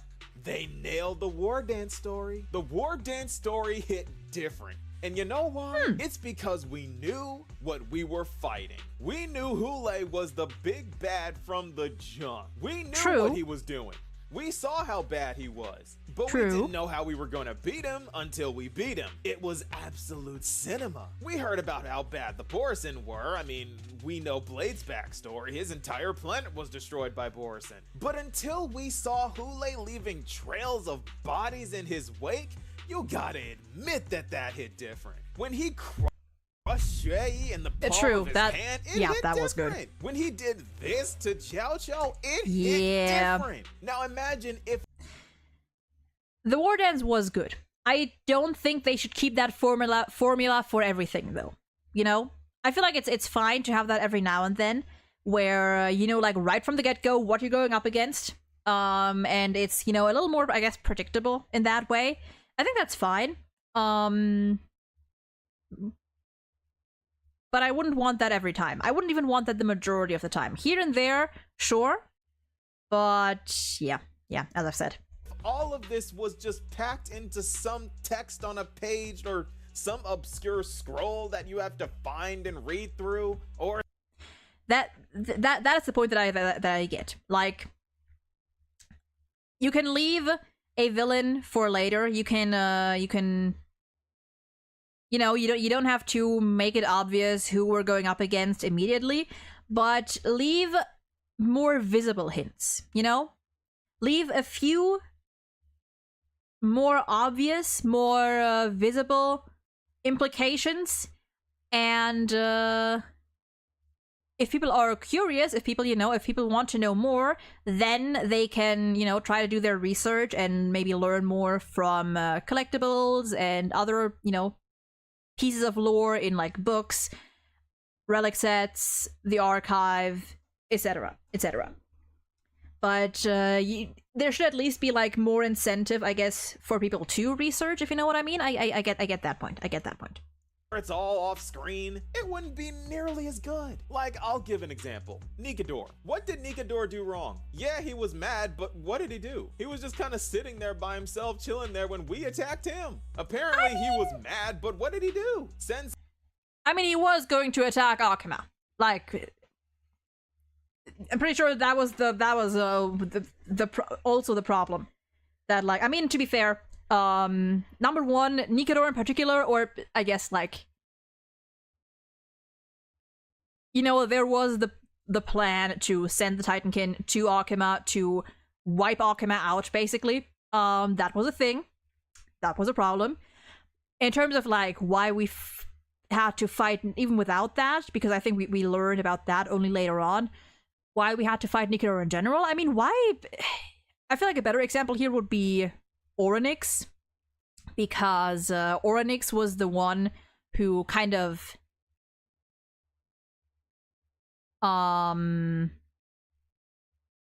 brought it up first, or who highlighted it more, the question of why we have to fight these Titans to begin with, when some of them are really just trying to survive, and the realization that taking the core flames, using the Titan's powers is actually, or may be, or is actually harming them, is hurting them. You know, and the question of, are we actually the bad guys? I don't think that's, I wouldn't say that's a bad, I wouldn't, I would call that a, I would actually say I like that we're not too clear on the reason there, because that's kind of the point, you know. That was the whole, that was like one point of our conversation with Oronix, or of our confrontation with Oronix, is like the fact that question was posed of, like, why are we doing this? Why are we doing this when this Titan we are currently interacting with, we are currently talking to, is very clearly in pain, and still, for the sake of some prophecy, who we don't even know where it came from, we don't know what exactly its deal is, we have to,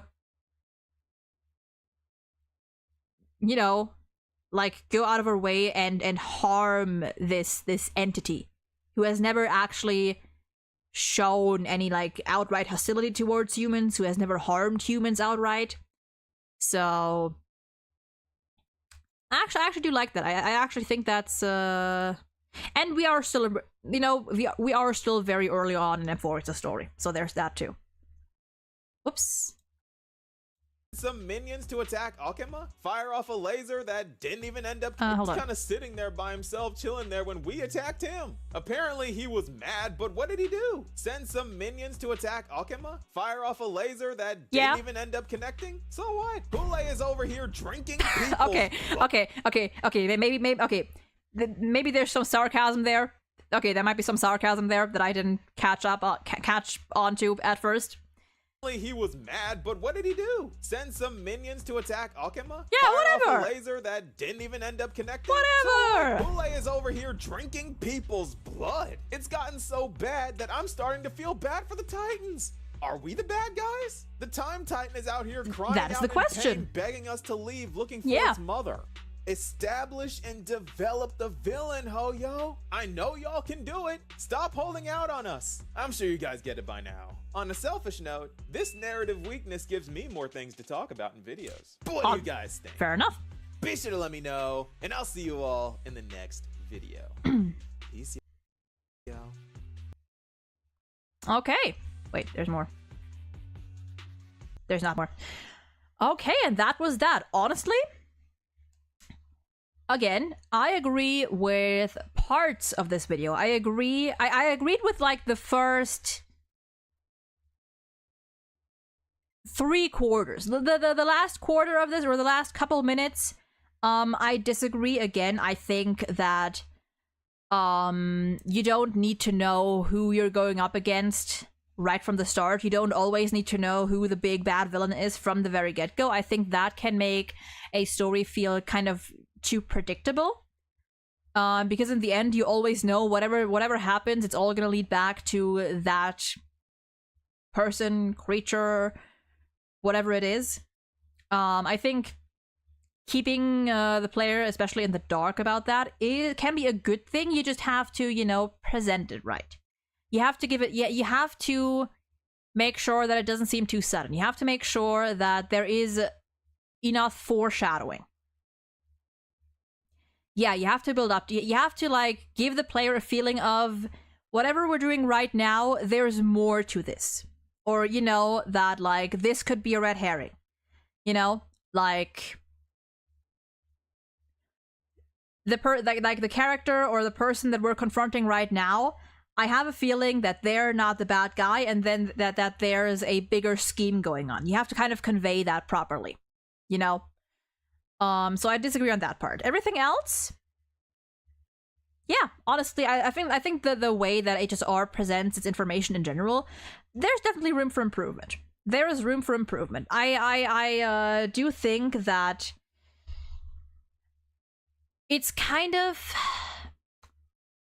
I wish that the main story, or just the story we got, I wish that the story wasn't always focused on the Trailblazer. I think that's a big point in all of this, is that I believe a big reason of why so much lore that might actually be like very important isn't being shown to us is because we are oftentimes limited to the perspective of the Trailblazer.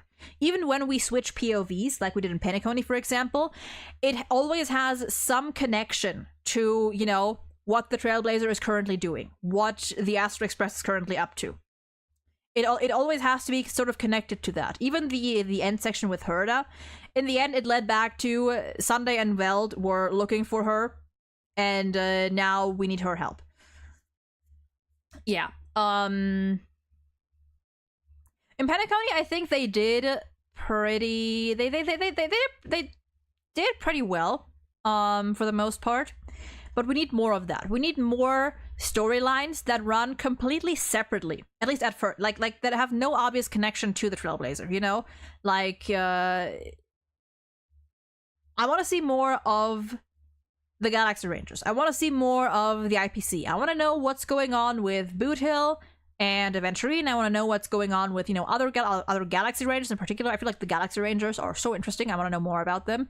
I want to know what certain other characters are up to that we've seen are, you know, obviously more important to the lore. It doesn't have to be like a whole story quest, you know? It doesn't have to be like a whole quest. It can just be like chunks of just, you know, like tidbit, maybe not like tidbit size, but, you know, just like show us chunks every now and then showing what other characters in the universe, because there is so much going on. Like, what other characters in this universe are up to. Yeah, the Herta one was kind of getting there. It was somewhat there. It did, in the end, loop back around to Sunday and Veld need help from Herta. So it did tie back into the Astral Express towards the end. But yeah. That's what I kind of mean. Like, give us more, I guess, like, side stories, I suppose. That don't necessarily tie back to whatever the Trailblazer is doing at the moment. And I feel like they kind of... I especially want to see that now that we're in Amphorius and we have 8 patches of Amphoria's main story. And I don't want to... As good as the story may be, I don't want to spend all 8 patches and 80% of it or 90% of it is just us being stuck on Amphorius. You know, I don't want that. I want us to branch out more. To be fair, the Trailblazer will have no clue what Veld and the rest of the crew are doing while we are on Amphorius. True. The Trailblazer doesn't, the player does. The player knows that this is all, you know, it's all tied together. It's all coming back around. The Trailblazer, yeah, true. But we've had, you know, like smaller scenes in the past where we've swapped to other characters in cutscenes that, I mean, the first thing that I think of is Belobog, Sampo. The very end scene of Sampo talking to people, I'm assuming like at the tavern or talking to someone, that had pretty much nothing to do with the Trailblazer. It had nothing to do with us, but we got like a little snippet of Sampo talking to someone, you know, breaking the fourth wall a little bit. And, you know, having his little thing that didn't really have anything to do with Belobog's plot. Like, it was after the main story, it was after, you know, everything was resolved, and it was kind of like a little, what do you call it? Like, not epilogue thingy, I guess, but you know what I'm talking about. Like, stuff like that. Stuff like that.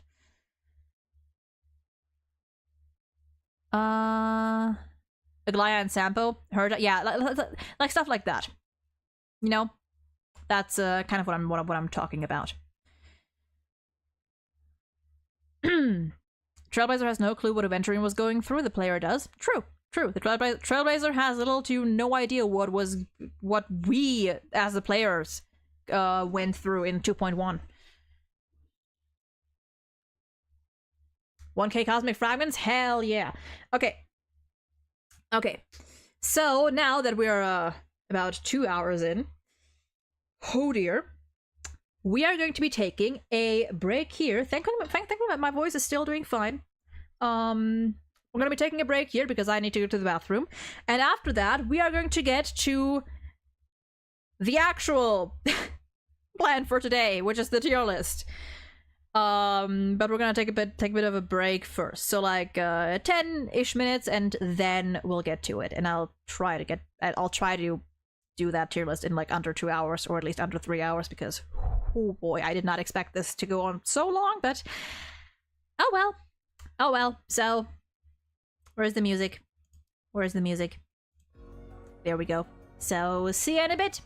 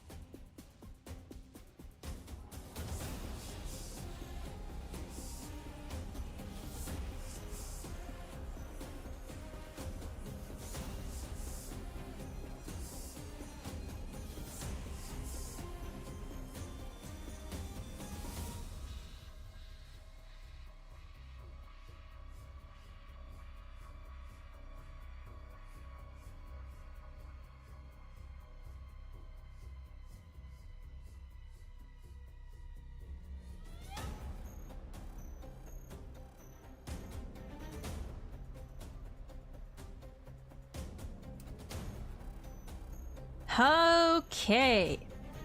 And we are back. Okay. And Lenny, welcome in. You came just in time. Or I guess not if you've got class now. If I don't see you, Kong and Svarog at the top of the tier list, I riot. Svarog isn't even in this actually. Maybe I should have added Svarog. I mean, Svarog would obviously be up. Duh. But yeah. 2 hours into the stream and we can finally get to what I actually had planned for today, which is... It is time for another tier list. It is time to rank HSR characters based on their capability... based on their capabilities as child caretakers, parents. How well can all of these, well, almost all of these characters, father/mother? How well is their mothering? How well is their fathering?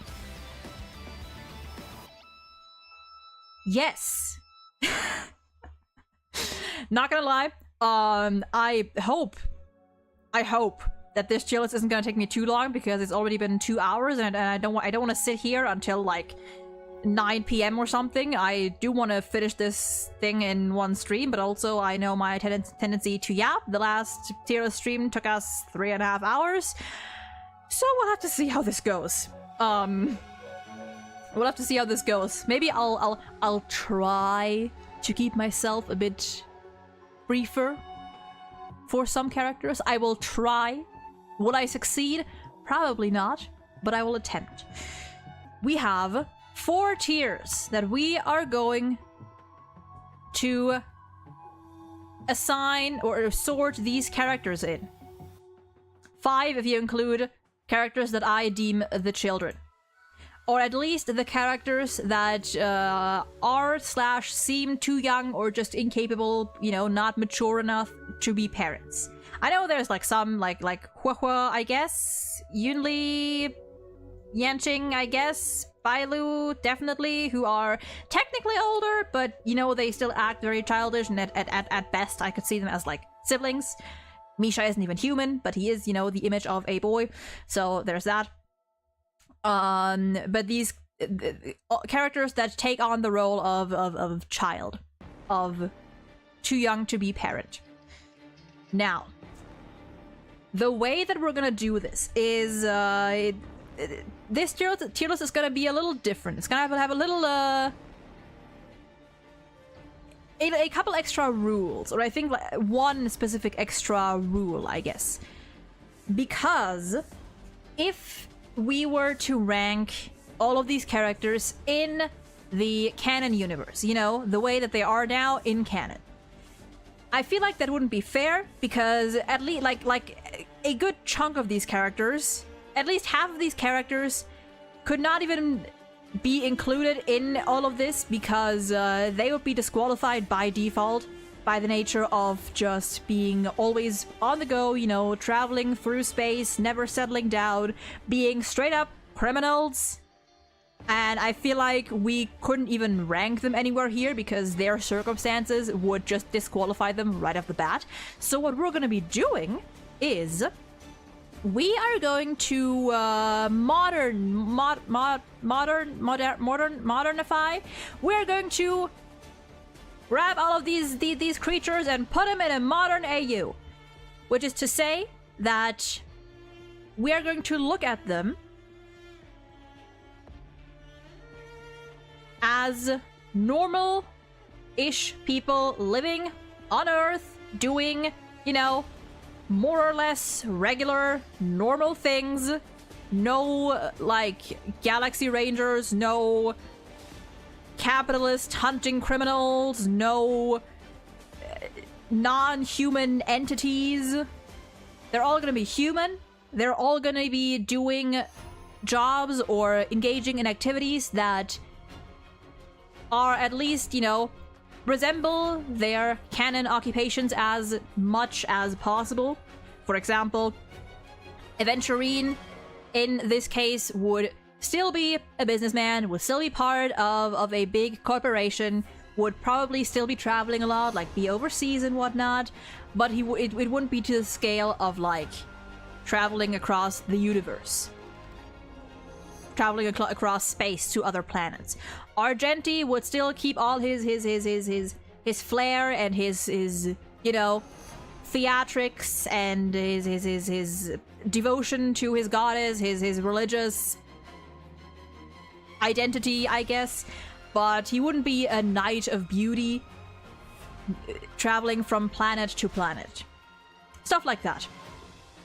And same would go for all the other characters. They're going to be doing things that are close to what they do in canon, but it's not going to be like a one-to-one translation, because I feel like in that case, there's many characters that we just couldn't rank. We couldn't even take their personalities or you know, their actual qualifications into consideration, just by default. So that's that. That is that. That said, I forgot to remove a couple characters here, the dupes and whatnot. And Aglaya, because again, this is going to be all characters up to 2.7, because as of recording this, or as of streaming this, again, Emphoria's has literally just come out, and I want to wait with the Emphoria's cast until we know them a little bit better, until we know what their deal is a little bit more. So, with that out of the way,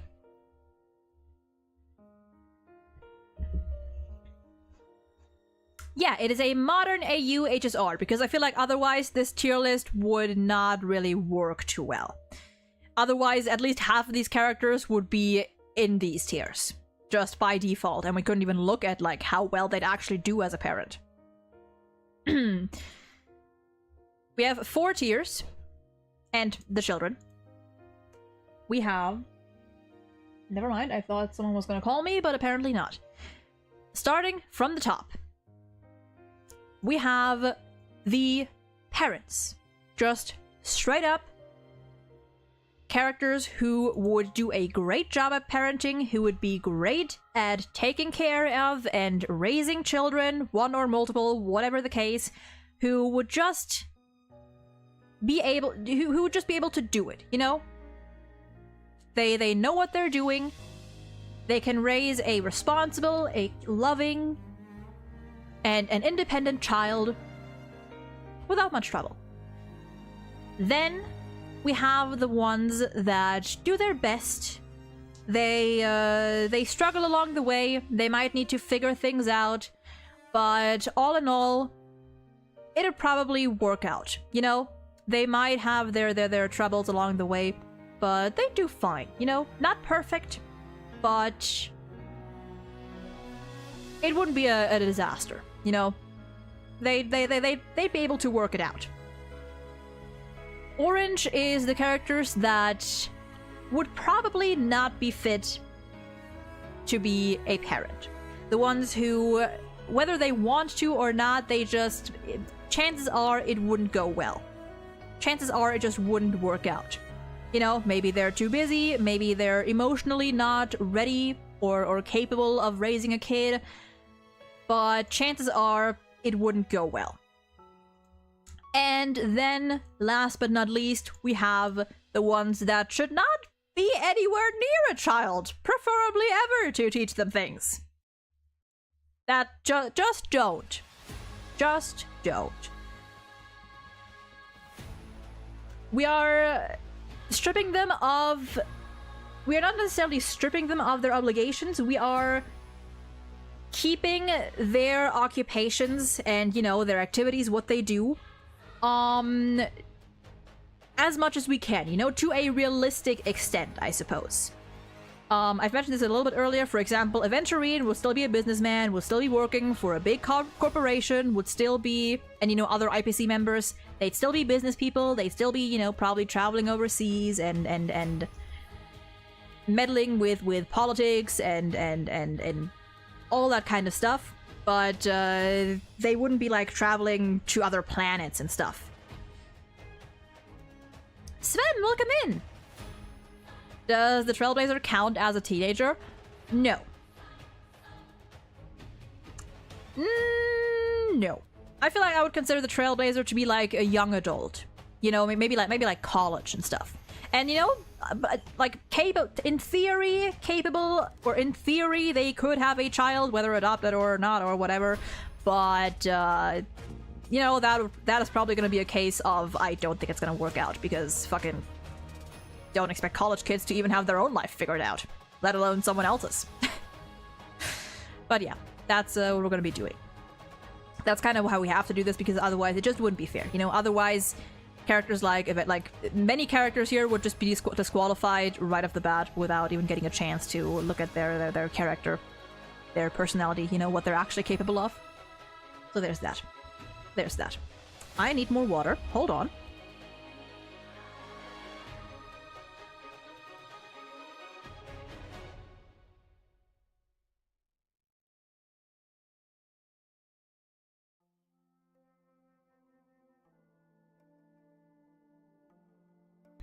I also need a strawberry. I got strawberries.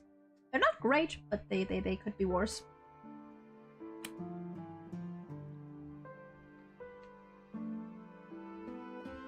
They're so chewy, so solid.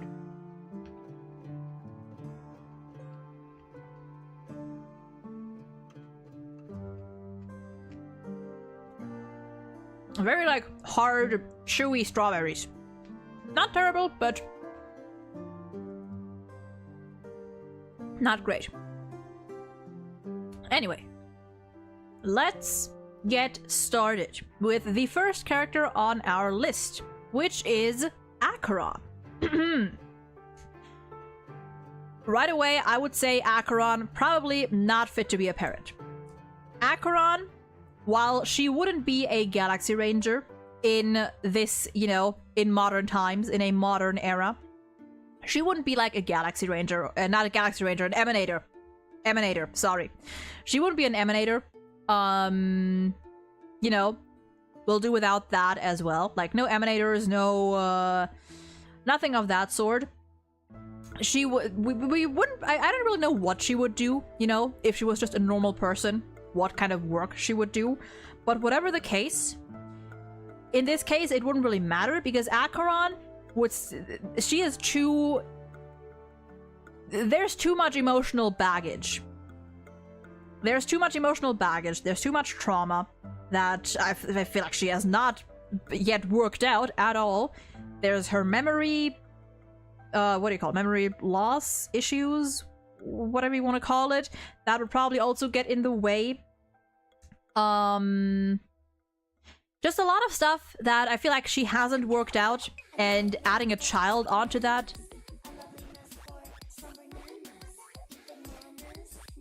Twice. That is twice in one stream.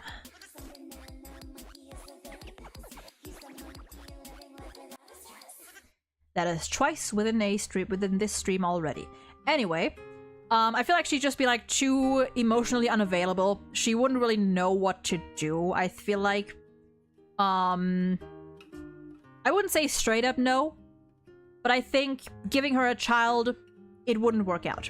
It probably wouldn't work out. She may be able to look after a kid for a certain period of time, but raising one, like this is not a great like, a parent has to be someone a kid can look at and be like, I want to be like that. I want to be like mom or dad or whoever. I want to be like that person, like that adult. And Acheron is not a good idol, like a good what do you call it? A good figure to look up to. Clinical depression plus downright early dementia is not a good combo. Yeah, like, I'm not saying that people with mental illnesses can't be parents, of course not. But if you don't have yourself at least moderately figured out, then don't take on even more responsibility, you know? Because as a parent, you don't get to be selfish. You don't get to put your well-being in front of your child's. You know, if you choose to have a child, if you choose to take a child under your care, that child needs to be your priority. you know, because that child did not choose you as a parent, but you chose them as your child. So there's that. And with Acheron, probably wouldn't work out. Aventurine.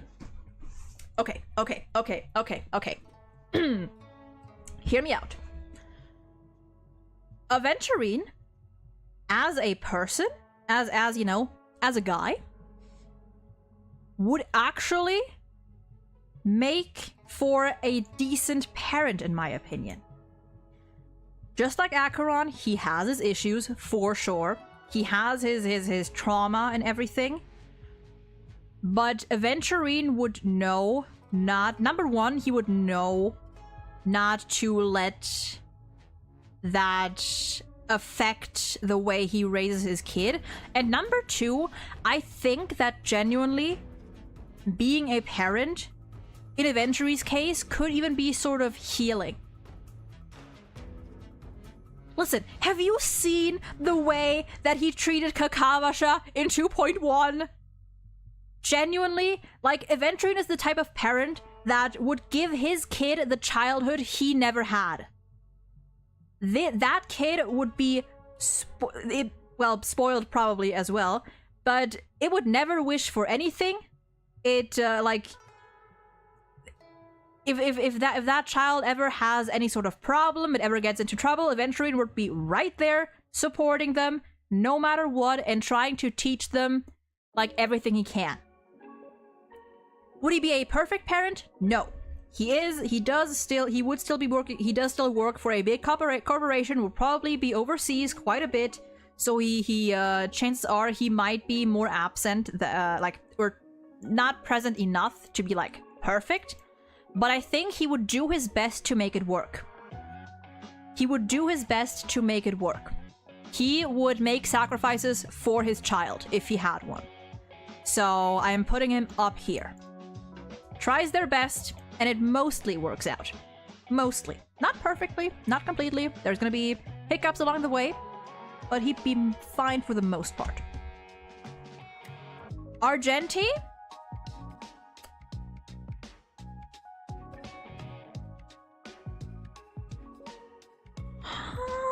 At least here. At least up here. Maybe even he... Honestly, I think Argenti as a parent would actually be really good. I think Argenti would actually be a very good parent because number one, Argenti has the number one thing, or I get one of the most important things that a child needs is positive reinforcement. You know, encouragement, praise, support. Argenti would provide all of that. Argenti is such an openly affectionate man, you know. He is very expressive. He would teach his child to be themselves, to be kind to people, to follow his passions, you know, do what they think is right, do what makes them happy. And even though Argenti is a very religious person, I feel like he's not the type to like force anyone into it, you know? Like he wouldn't like a religious parent that would accept if their child does not support or I guess does not agree with his beliefs. You know, he's a very respectful individual. So I think he would actually do great. So I am inclined to put him up here. He is going to be raising a tiny, possibly theater child because, you know, but I think he'd do great. Arlen. I think not, because I think Arlen just wouldn't really know what to do. I think he would be a little too lost. He can take care of Peppy, he can take care of animals, but humans I feel like would be a different issue. I feel like he's lacking the social skills and I guess like emotional skills to raise a kid. So I feel like long term, you know, 18 years, give or take, probably wouldn't work out that well. At least that's what I would say, personally. Asta, I mean, to be fair, like, that child would never go hungry because Asta's fucking rich as hell. He already takes care of Asta. You know what? That's yeah. I feel like Arlan would just have, like, he has too many responsibilities already. Asta, do I trust Asta to take care of a kid? I mean, financially, yes. But would she make time for them? Would she be able to be there for them emotionally? Would she be able to, you know, teach them the right, I mean, she would probably be able to teach them the right like life lessons and stuff, but would she be present enough in her child's life? Very welcome in. Also the type to give kids iPads? Oh no, well then don't. Yeah, I feel like she isn't really fit to be a parent. I think maybe not.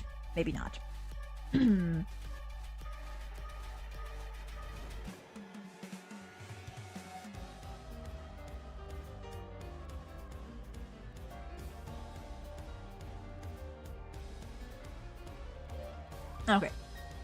Black Swan next. Black Swan does have a sort of motherly vibe. She does. I think Black Swan, all in all, would do fine. She has a very, you know, soothing.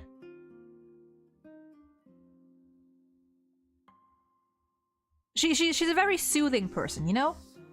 I think that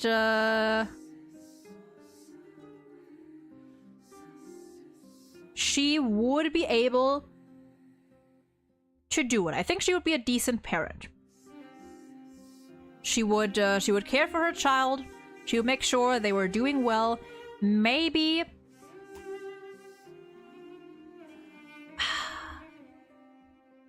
I don't know. There's something that puts me off, that makes me reluctant to put her up here. I can't tell exactly what it is. What it is. But something that tells me, like, not perfect, but good. You know, all around good. Casually curses her kids' bullies. You know, yeah, true. But yeah, I feel like all in all, she would be able to teach her kid the right things, you know, to be kind, to be responsible, and to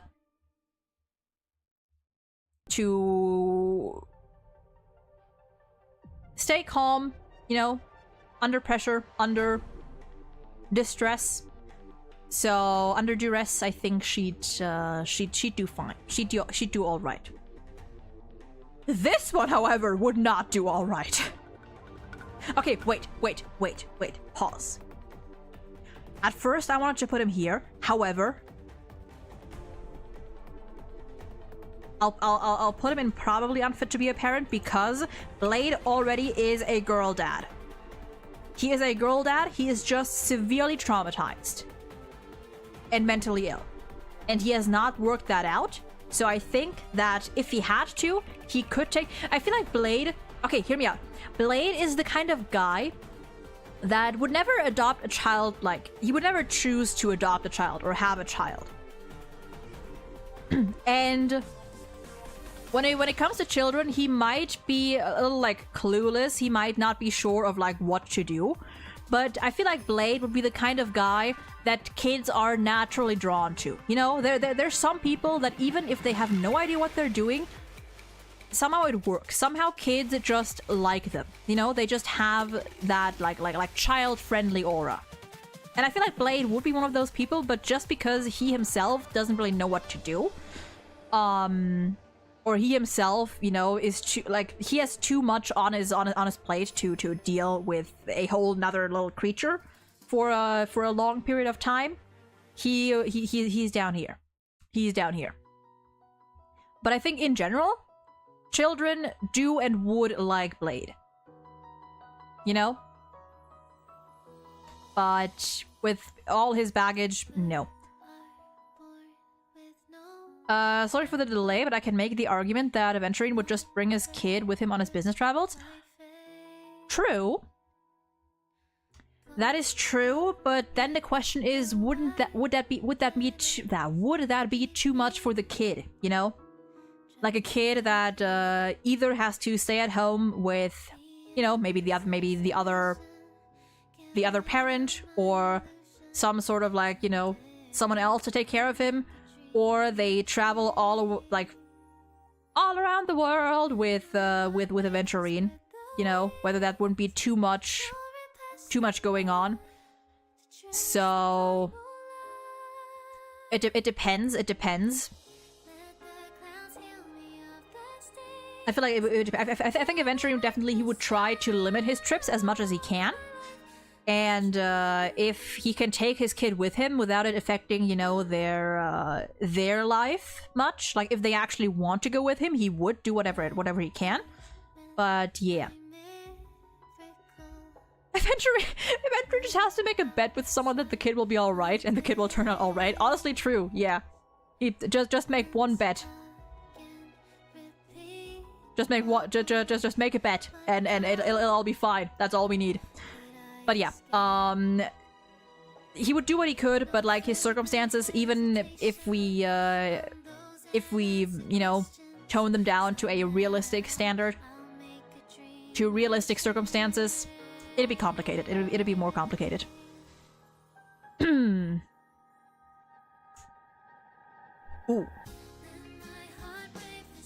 Boot Hill. He would not be a Galaxy Ranger. He would not be a criminal. Genuinely.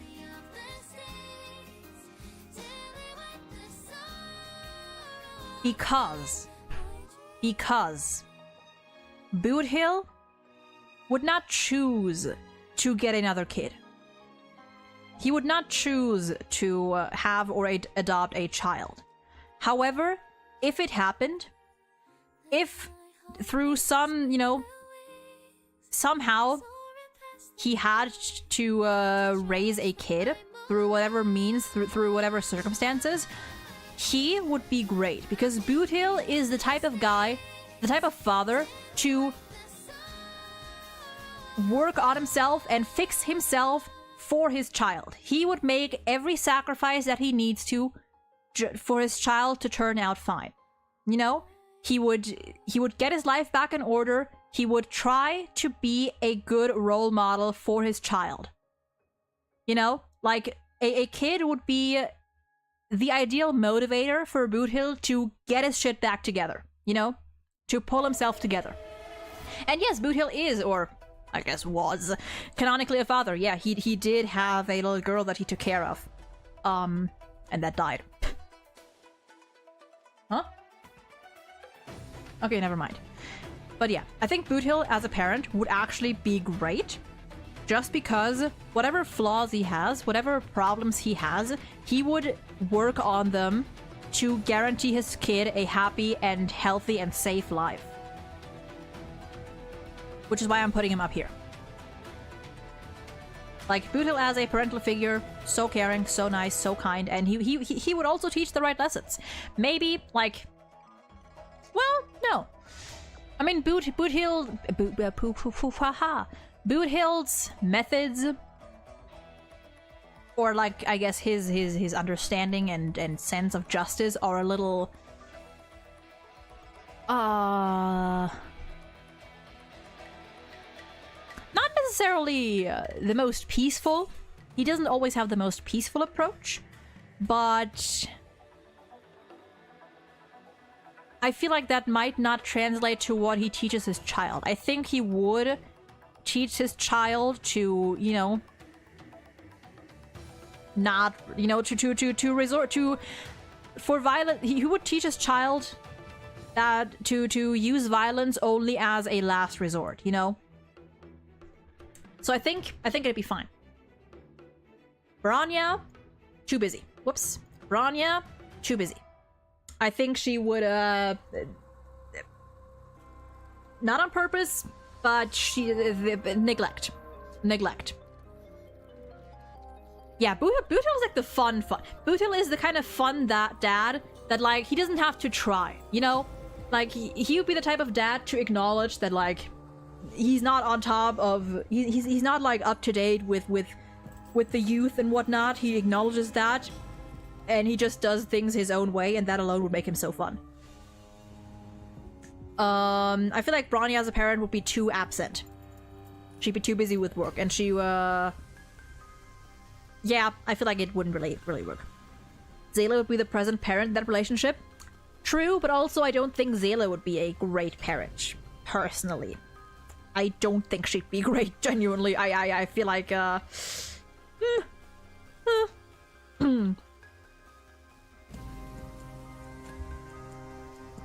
There are going to be a lot of people in the probably unfit, that is true. Even with this, like, handicap, I guess. Yeah. Yeah, Bronya just way too busy. She wouldn't find time for her kid, I think.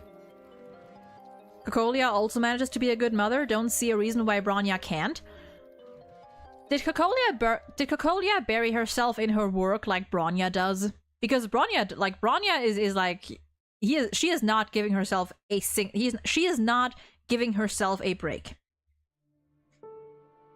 And I mean, I guess, yeah, like, you can argue how good of a mother Cocolia really was. I mean, to Bronya, yeah.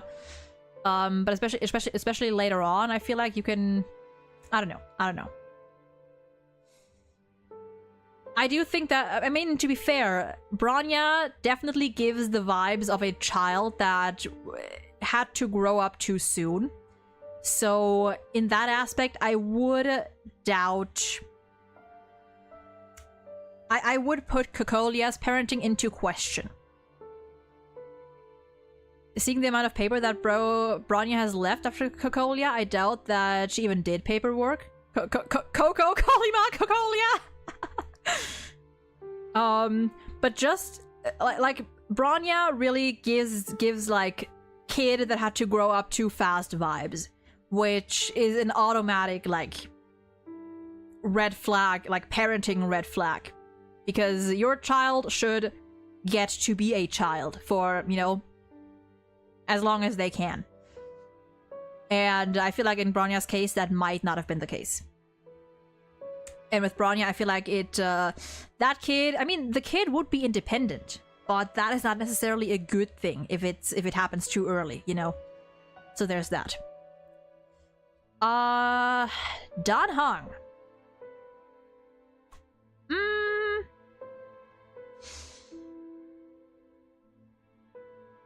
I think Dan Heng would mostly be fine.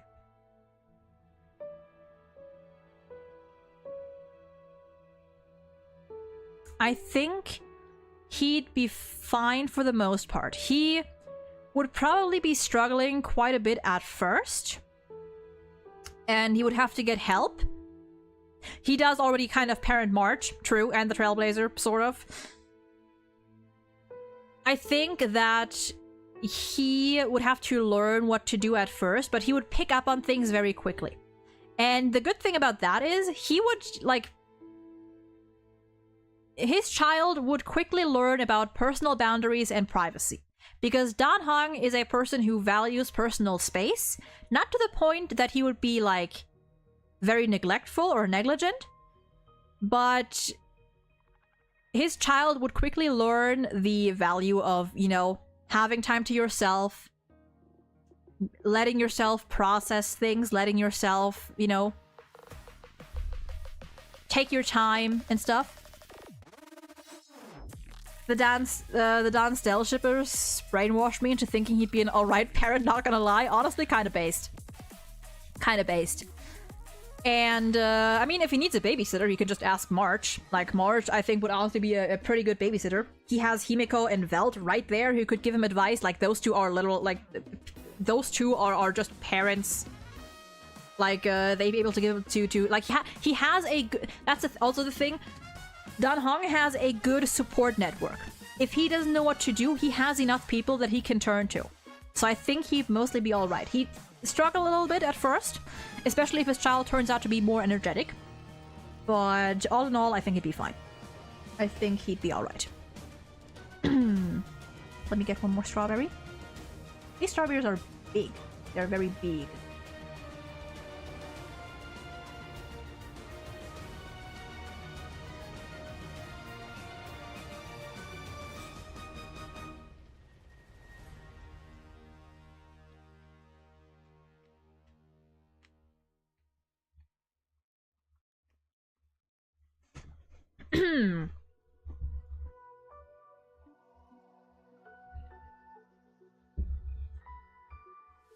Okay.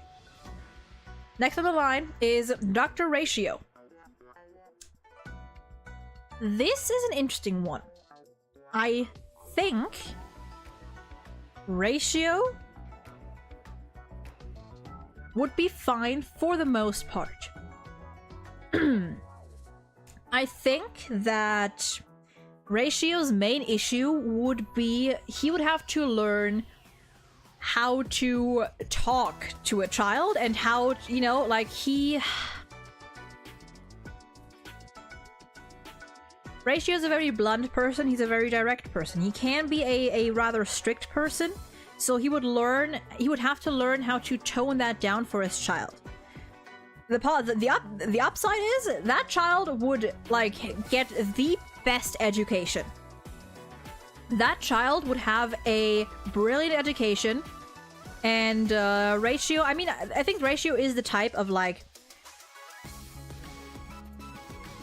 as much as, like, his students complain about him, you know, his teachings being way too strict and way too complicated, I think he does that because he expects adults who plan to, you know, work in those fields later to understand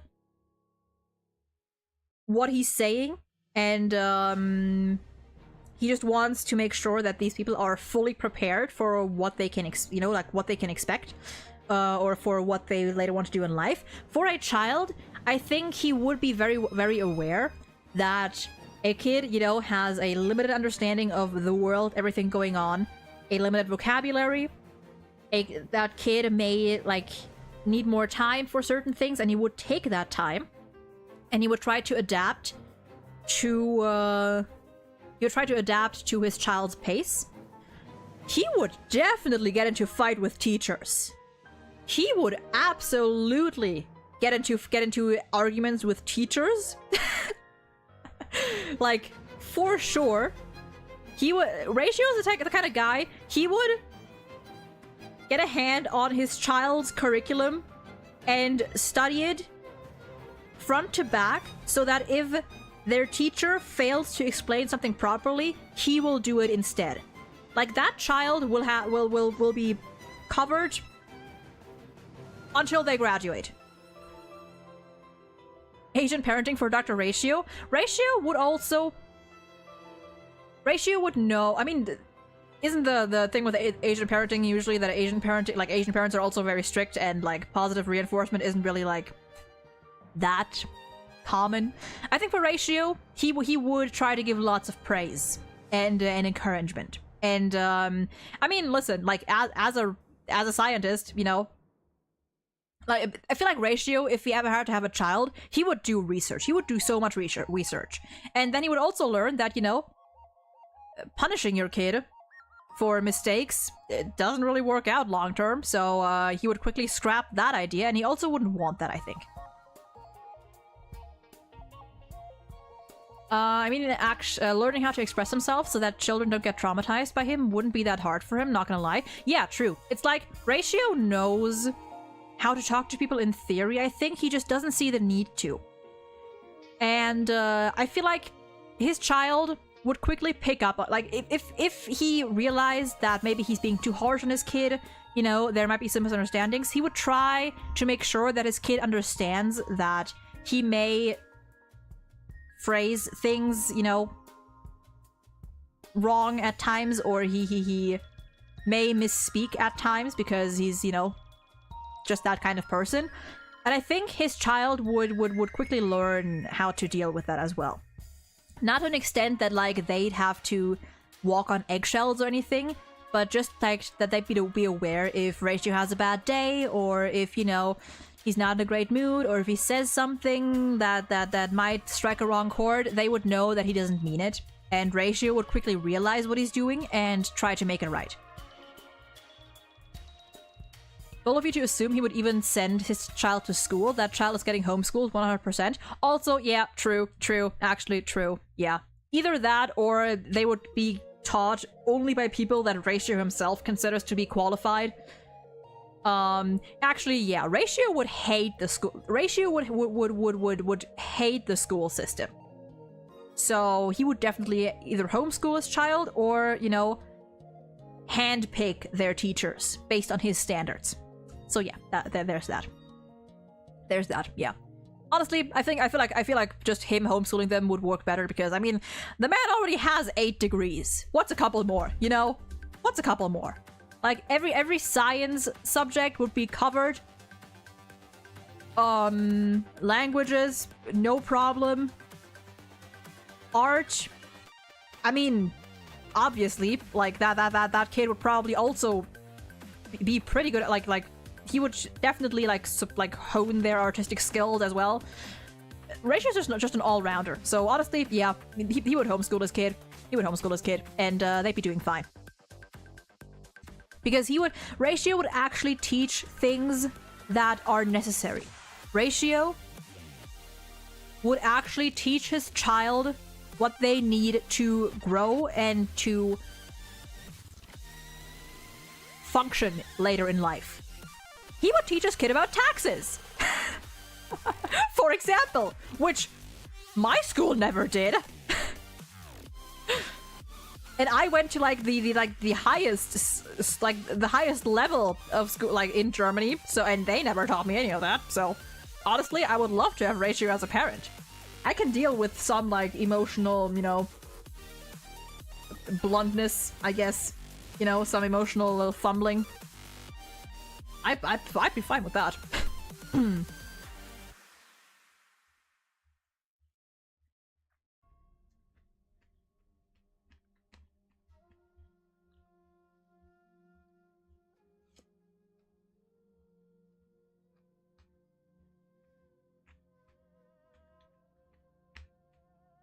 One second.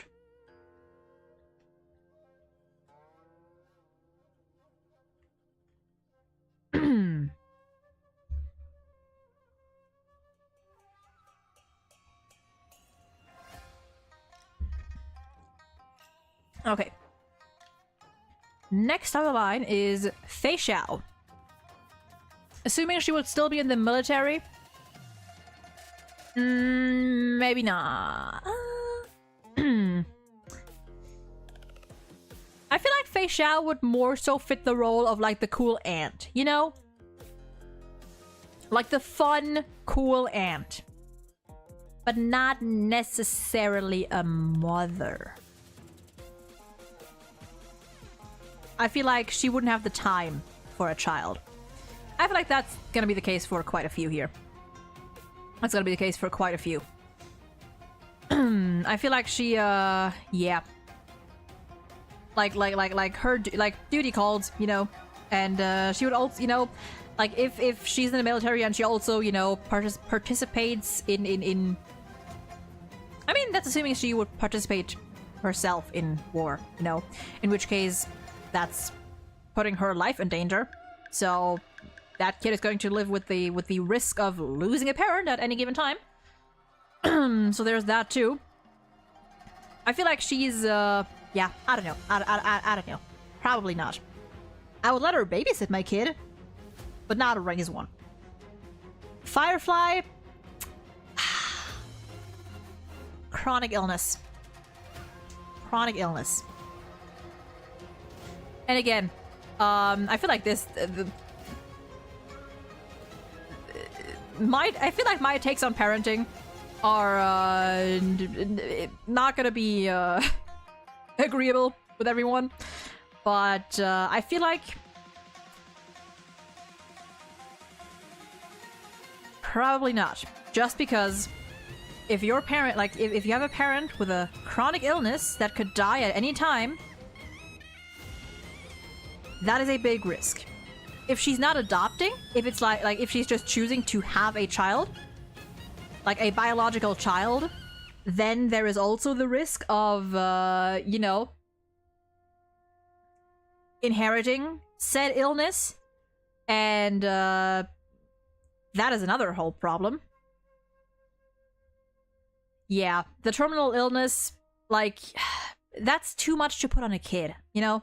Like, as much as that sucks, if you are chronically, if you are terminally ill, if you are, like, if you are running on a clock, then you should not put your child through that. Your child should not grow up with the knowledge that their parent could die at any point. You know? Could die before they even grow up. That is not something that a child should have to live with. Like, that is guaranteed trauma right there. Highly doubt she would get a kid without getting healed. True, but there's the question. Could she get healed? You know? That's the question. Like Firefly as she is now, because like there's no guarantee if she can ever get a cure for her illness. Like that's too big of a risk. It's different. It's different than, for example, Boot Hill, where like as Boot Hill is now, yeah, I would say no. But Boot Hill is the type of guy who would actively work on himself, and his factors are most like. They're mostly like mental and lifestyle related and not related to his health, you know? Like something that he has no control over. So that's different to Firefly, where like if she's terminally ill, that's like who knows if she will ever get better, and if not, then you don't want to put a child through that. Also doubt her illness is not an inheritable type 1. Jade said there is a way and she's not the lying type. True, but it's the point is finding that way. And being able to afford that way. Like, there's no guarantee. There is no guarantee. I'm not saying, like, she couldn't at all or she shouldn't at all. It's just is too high of a risk. So it's probably a no. Probably a no. So there's that. Fushman, same thing. Kind of similar to Branya. Too busy. Wouldn't find time for her kid, I think. So, there's that. Fugue. Also unfit because trauma. Trauma?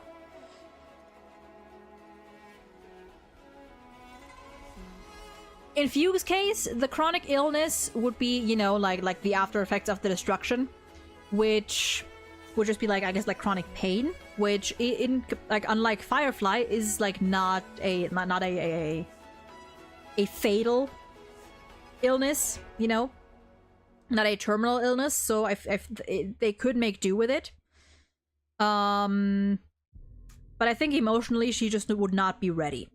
She would not be ready to have a kid. And so she wouldn't want to, probably. Gallagher. Let me think about that one while I eat my strawberry.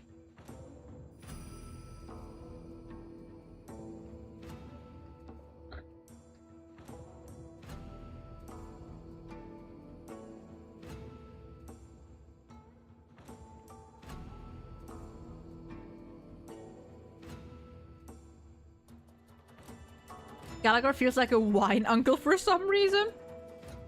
I don't think so. I think Gallagher would actually do pretty fine.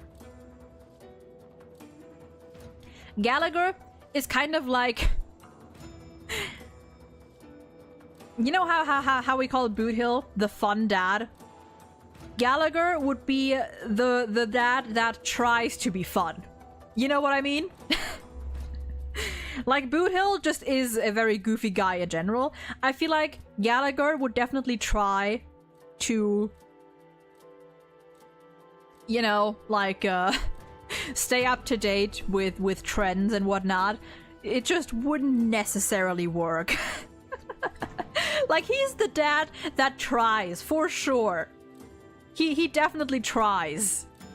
It just wouldn't go over, like, it wouldn't really work out. But that in itself, I feel like would make him a good father. Because he...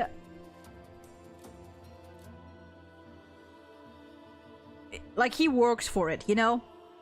He cares. He wants to... He does this research because he wants to be present in his kid's life, you know? And, hey, you know, as a bartender, he could teach, like, if his kid ever wanted to drink, he could teach them to, you know, be responsible. I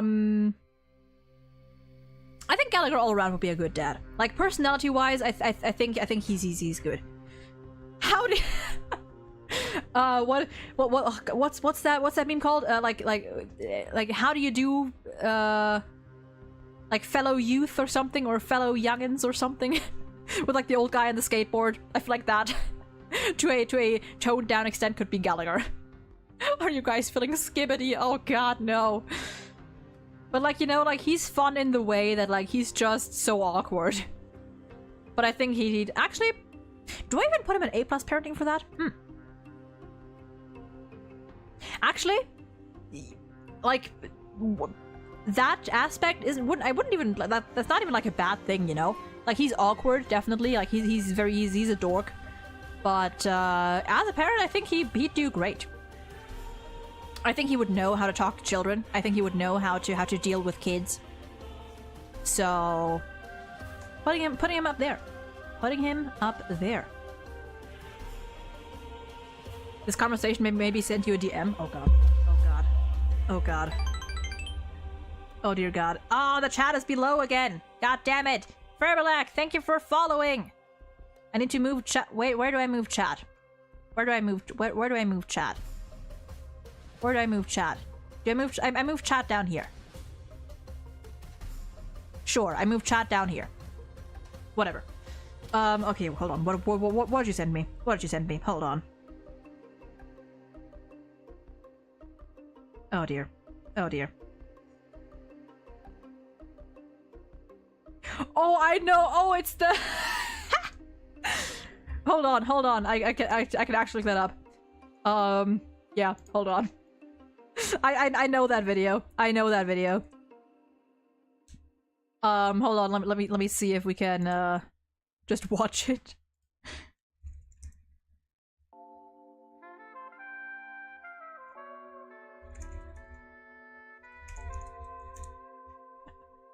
The fucking.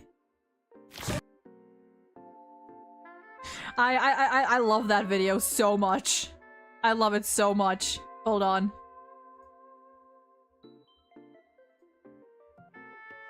We gotta fucking watch that real quick.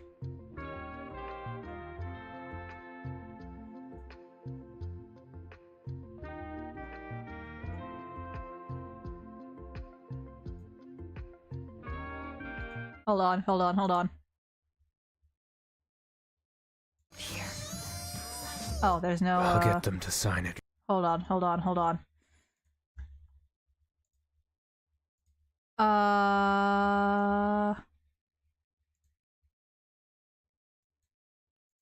get them to sign it right away. Thanks, G. What? You're a real one for real, Blady. What? What? What was that? What was what? That. Just now. What you said. Oh. I love it! I'm just trying to be more hip. Okay then. You're a real one for real. Oh my god. It's important for me as a boss to keep everyone obedient and happy. So that's why I looked up cool Gen Z slang the other day. Hold on. What does that say? Them. Hold on. What does that say? Hold on. I need to know what does it say? Cool Gen Z. Okay, nothing big. You know, Okay. to better connect with them. What you up to, fam? What? Not even gonna lie, sis. That last mission you were on, What? you ate that. I the love fuck it is so happening? We got much. some donuts up in the lounge, you know. That shit is... How do you say it though? Bussin'. Bussin'. Bussin'.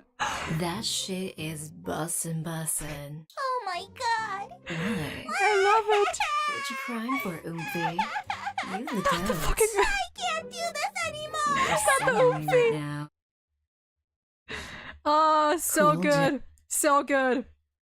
That is so good. I one of my favorite videos. I love it so much. Yeah, she would. She would. She would. She for sure would. Okay, let me actually wait, can I just hold on. Everything's gone now. Okay, it's fine. Nope, that's not the one.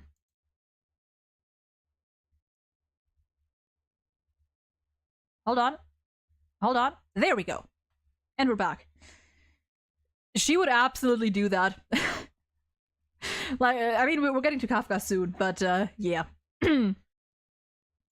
I feel like that's kind of, I feel like Gallagher would be similar.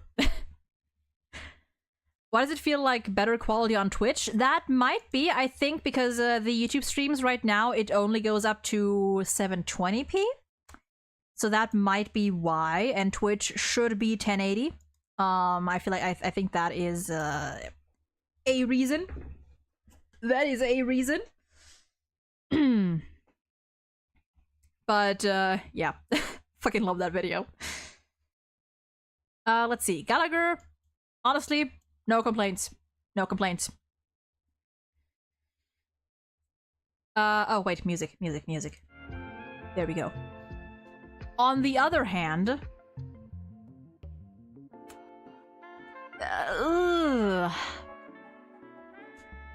put him in the busy parent tier, I guess. That man is married to his work, also a soldier, so he goes out to battle. Risk of him dying and that child becoming an orphan, not great. Not great. I wouldn't. No. Gwynaifen. Jeppy would try, but he's awkward around handling kids. That too, yeah. Japard is like, you know how I said like Blade is the kind of guy that children are naturally drawn to, even though he's awkward. Japard, I feel like, is the kind that he's awkward and children might be put off by that. Let's see. Gwynaifen. Streamer. Danger. Possibly. Yeah. Don't let an influencer be a parent. Even if she tried to be responsible. Also, I realize I'm gonna have to make this window a bit smaller. Even if she was responsible. Hold on. I hate that this fucking ad is down here. Okay, this works. Even if Gwynaifen herself tries to be, like, would be responsible and, you know, not show her kid's face off everyone on social media, it's still a risk. It is still a risk, because Gwynaifen has a lot of very, freaky fans. And, like, unlike, I would even, like, differentiate between an influencer and a celebrity here, because at least a celebrity has, like, dedicated people who are in charge of protecting them. Gwynaifen has herself, like, she doesn't have like security with her or something, you know. She is just an influencer, so it's all on her to keep herself and her kids safe. So I feel like that's too dangerous.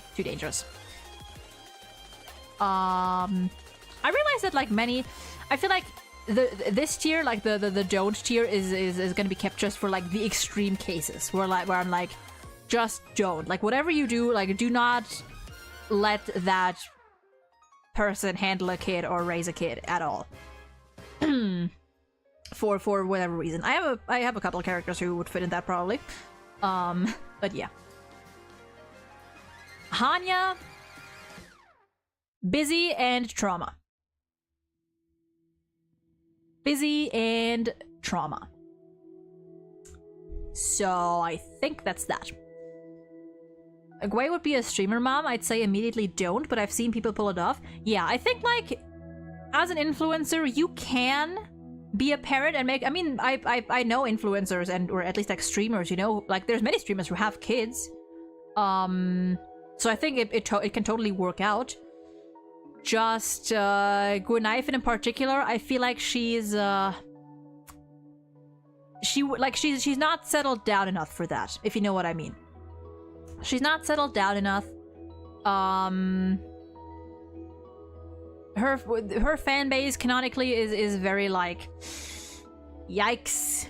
So I feel like in her case specifically, wouldn't be a good idea. Hanya, emotional baggage, busy with work. I feel like she wouldn't really, she wouldn't be ready for a child. Himeko! Mother! That is a mother, assuming she doesn't die in modern times as well. But mother... Honestly, can't think of a thing wrong with Himeko. Just a nice, responsible, caring, parental vibe. She'd do fine. She would do fine.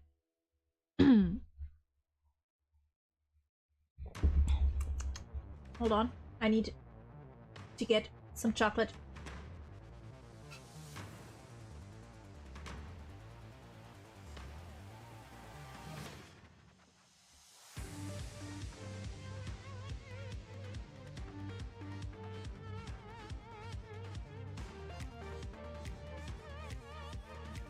Okay. Also, I would like to promote ratio to A+ parenting for what we discussed earlier. Sorry for about...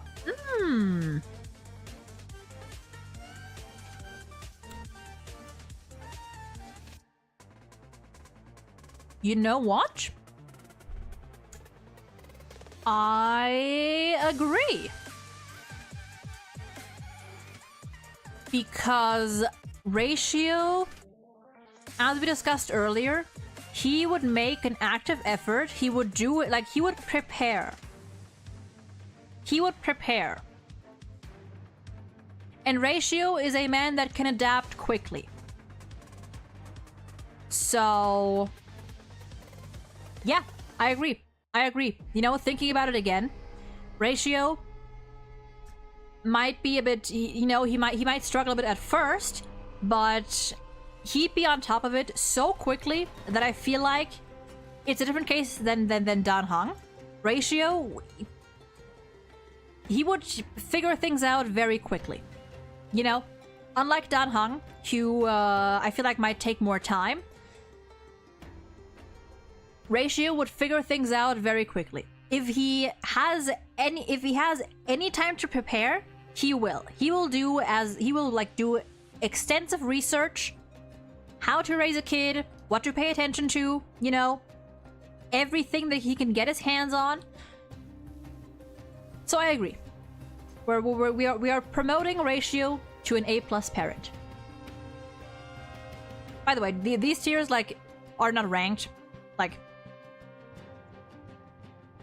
just because one character is like higher up here than the rest doesn't mean they're a better parent. They're just all like somewhere in this tier. Just as a little heads up. But yeah, no, Lenny, it's a good point. It's a good point. It is a good point. Where are we? Himeko. Himeko can't think of anything wrong. She would just be a great mother. She would just be a good mother. That's that. Jade.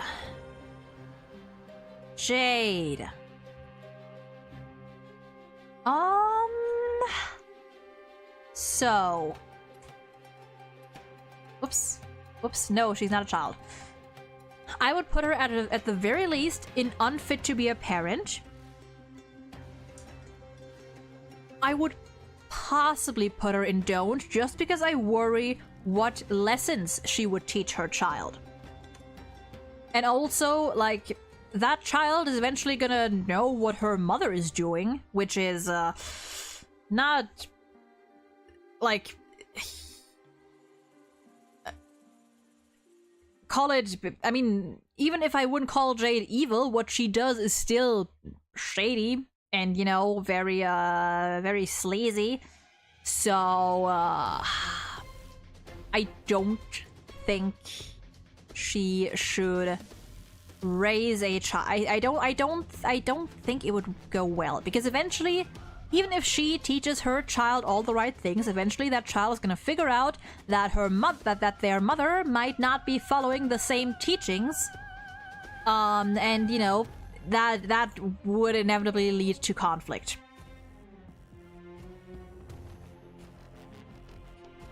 I'm gonna put her back down here because I'm tired of holding the mouse button down.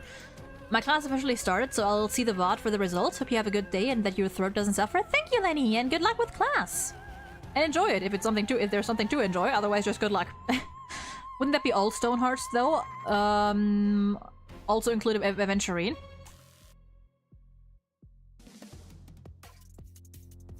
I wouldn't say so, because the thing with Aventurine is Aventurine, although he is, you know, also a businessman, I wouldn't put him on the same level as Jade. Jade's deals are inherently very, like, shady, you know? It's, the whole, you know,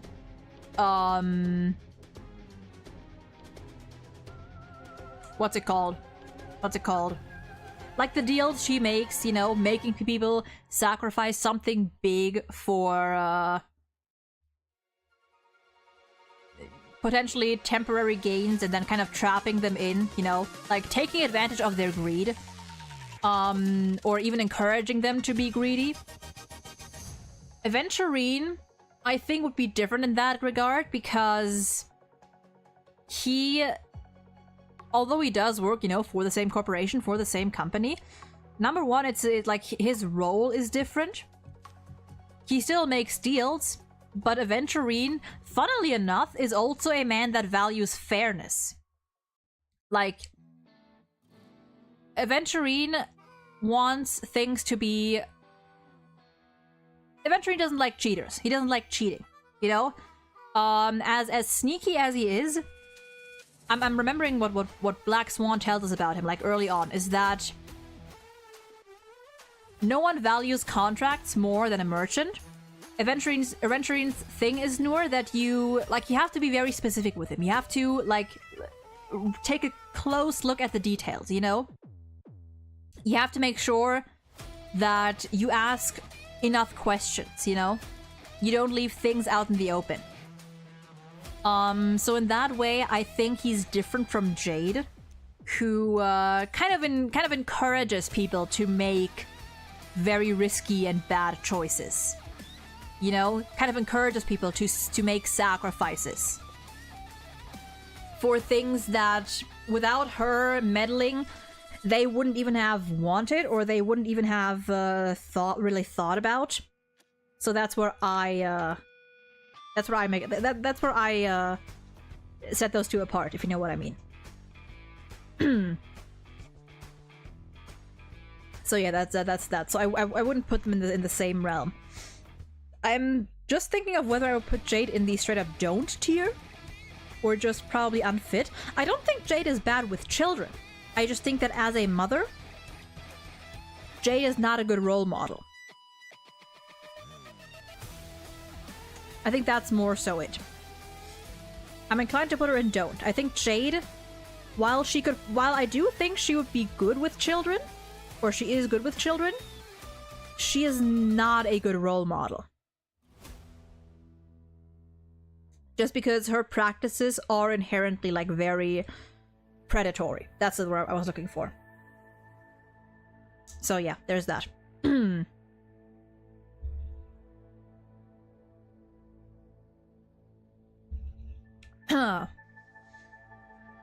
Jiaocho. Jiaocho.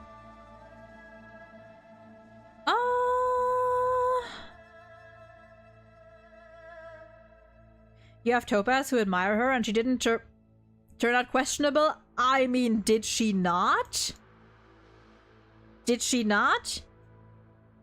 The thing with Topaz is more so that, like, Topaz? I mean, Topaz also works for the IPC. Topaz is, like, very, what's the word? I guess shrewd is the word. Very profit-oriented, and Topaz is also still low-key naive when it comes to the IPC, and, like, she... what do you call it? What do you call it? Topaz views the IPC a little bit like with like, rose-tinted glasses. In comparison to many others, in comparison to many others in the IPC. So, I wouldn't really say that Topaz didn't turn out questionable. I think that Jade definitely has a soft spot for Topaz in particular as well.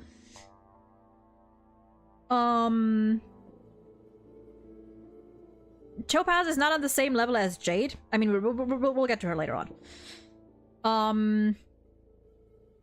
Yeah, I don't know. I would question the statement that Topaz didn't turn out with, you know, like a questionable, I guess, or, you know.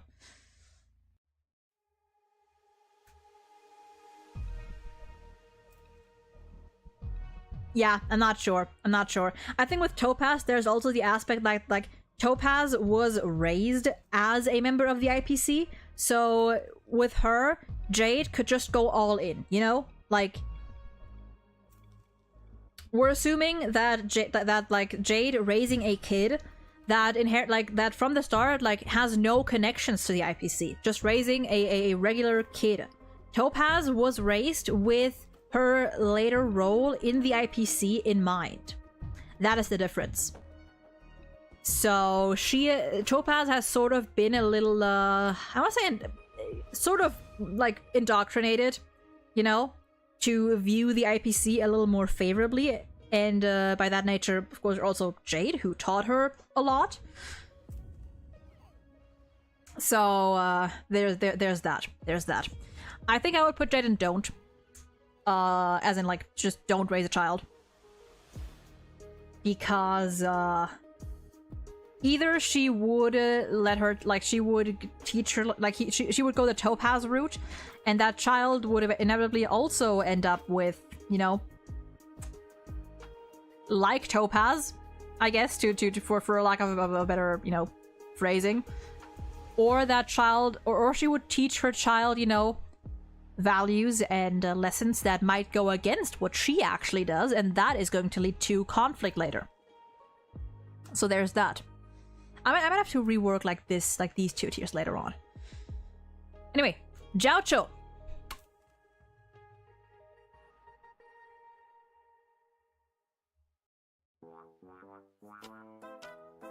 A plus question mark. I think Jiaocho would be a great parent. I think... I'm trying to think, what would I,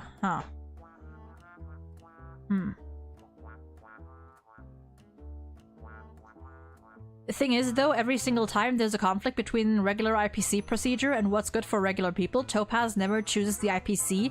That is true. Or mostly true, yeah. Although in the end, she does still stand with the IPC.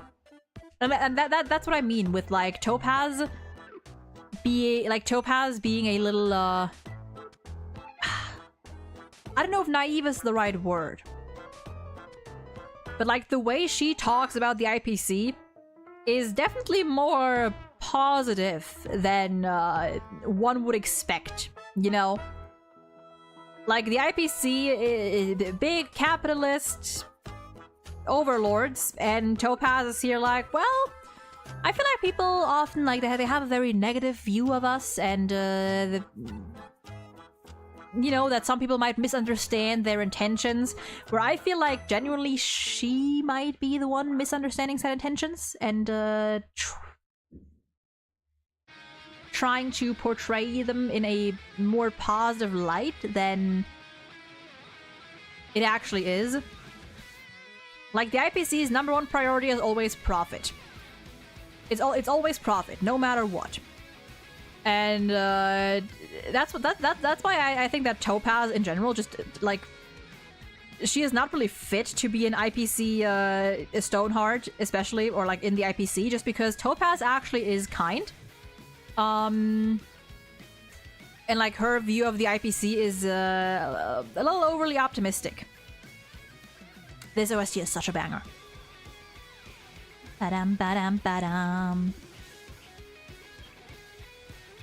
Does Aventurine, though he still works there... Wait. Also, Van, welcome in. Van?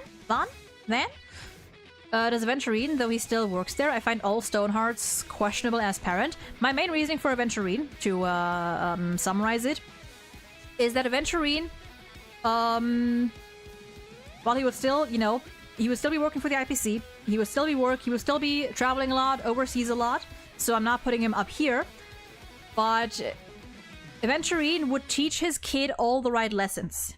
And Aventurine would... The thing with Aventurine is, like, Aventurine works for the IPC not necessarily because he wants to. Aventurine works for the IPC not because he wants to. Jade, as far as I know, correct me if I'm wrong, Jade chooses to work, like, Jade willingly works with these people, and she somewhat represents their views. Aventurine was forced into it. Inevitably, you know, he adapted. But if he had a child, he would teach them that, like, he would teach them life lessons that may go against the IPC's values, but are more in line with his own. And the main reason I'm not putting him up here is because he still has issues to work through. He would, you know, he would probably be traveling a lot, and that might be a bit much for the kid. But, as I said earlier, Aventurine would give his kid the childhood he never had. Aventurine wasn't forced, he made a deal, he put himself in the situation so that Diamond would take notice. But what was the alternative? The alternative was death. The alternative was slavery. So did he really have a choice? Like, there was no freedom for him. Either way, like, it was choosing the lesser evil for himself. He never had a real choice. It's either it's either being property of some slave owner, dying, or being property of the IPC. So there was no real choice for him. Also, the girls don't have a death wish like Aventurine, which would put them above him. I mean, Aventurine by this... Does Aventurine still have a death wish? I would argue not. I would say that Aventurine actually never has had a death wish. He's been passively suicidal. It's more so like not caring if he dies. But after 2.1... I wouldn't say that he had that he's like acted like that he has a death wish in any form. He could have run away after killing him or joining the tavern. Could he have run away? Like, do you think he can run away from the IPC with no resources? Like, he's no Boot Hill or something. Like, they would have caught him like right away. They like, especially like as a teenager. Like that, I very strongly disagree that he could have made it out of there in any capacity. And joining the tavern, I mean, we don't really know. I don't actually know. I don't think we know like when he was offered when he was sent an invitation to the tavern. Whether that happened before or after, no, not sure. He made he made deals for a long time under his master's name. What I'm saying is that inevitably his cover would have been blown, and you can't really like there's only so much you can do to run away. There's only so much you can do to run away from the IPC. I feel like saying that Aventurine had that much of a choice as, you know, a teenager, adolescent, is not fully accurate. Like, I'm gonna have to very much disagree with that. I'm gonna have to disagree with that. And I think that Aventurine, as a parent, he would make sure that his child got the life that he never had. He would make sure his child never wished for anything. His child would always be taken care of. Just he like his work might, you know, require him to be absent quite a bit, even though he would still try to make time for them. So that's like my reasoning for Aventurine.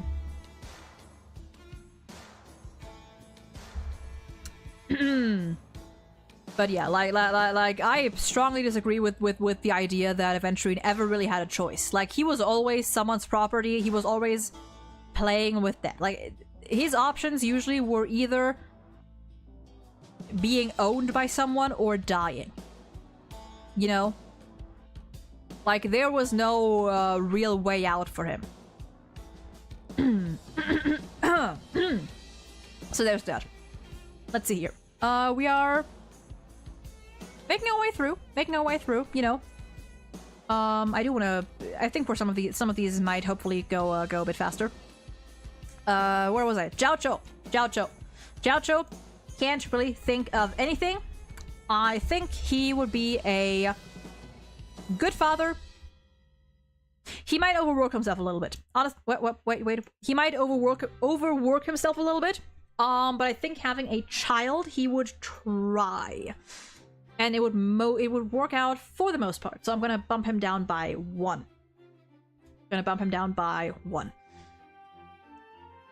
Jingyuan. I mean, he is practically a father, so there's that.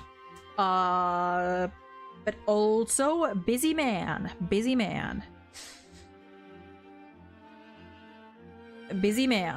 All in all, he would be a good father. He is a very good father figure. But might put him next to Fei Xiao because I feel like their circumstances are similar. I think their circumstances are similar, so there's that. Jingliu. I mean, to be fair, like in this universe, she wouldn't be Mara struck, but she would definitely still be traumatized and have mental illness and maybe potential like anger issues. I would say unfit. Unfit, at least. I'm definitely gonna have to rework this whole list later on, I feel like, but we'll see. Somewhere here though. Kafka. I think she'd do fine, mostly. Even if she has her...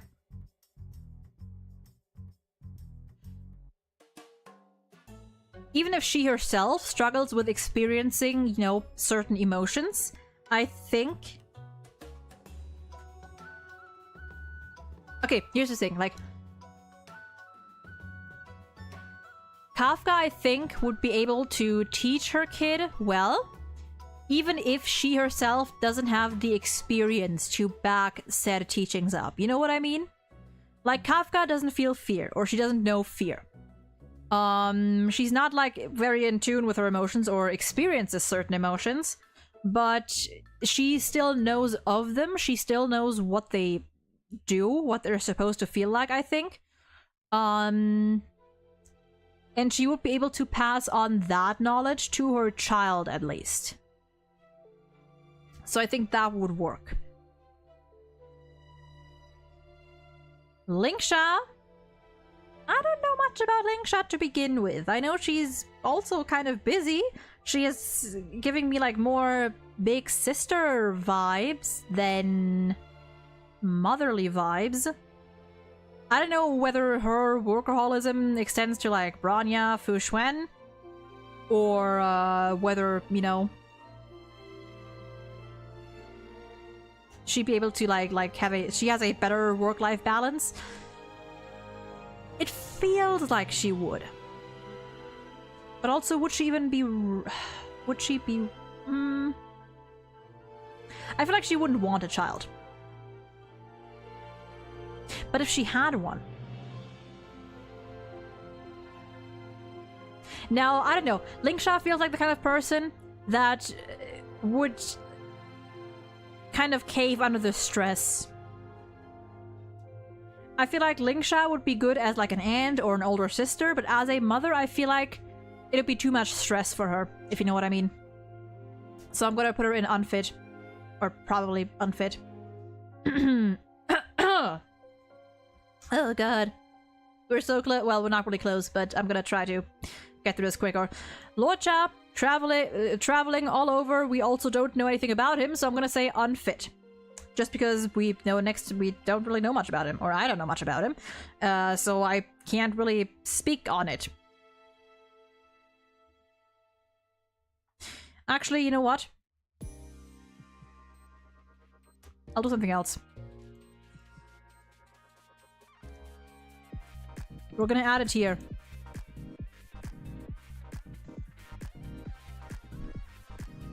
New tier. Because I don't know you well enough for that. We haven't seen enough of you for that, so no clue. No clue. For whom, yeah, I just made like these ones. I have absolutely no idea because I don't know nearly enough about them. I barely know enough about their personalities. You know, like we've seen Lingsha in the War Dance, and that's about it. We've seen Luocha in the main story once, and that's about it. So yeah. For whom I do, however, have a better idea is Luca. Luca, I think, would be father. As a big brother, yes. As a father, I think so, actually, yeah. Maybe not perfect. Actually,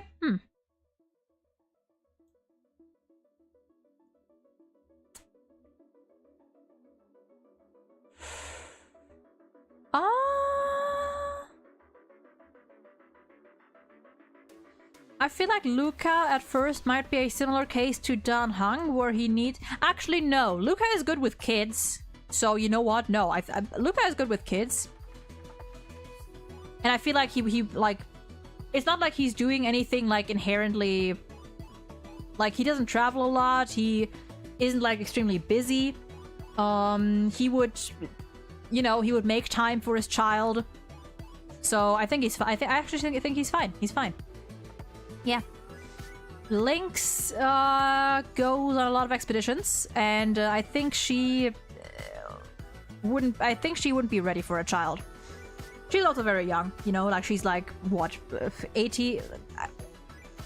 Like I assume like Lynx is like 18 to 22, somewhere along that range. 18 to 23, like around the 20s, around the 20 threshold. That's somewhere there, which would be like college age and.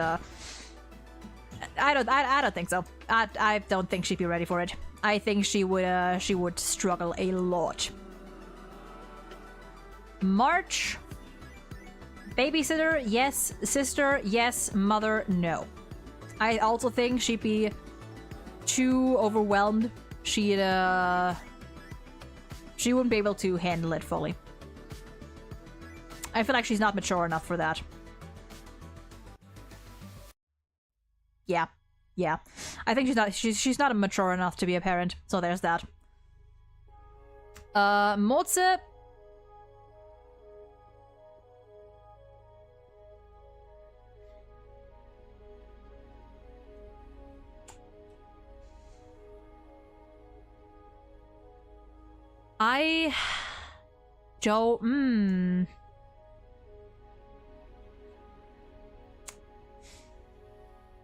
I would like to say a similar case to Blade, but I feel like Moze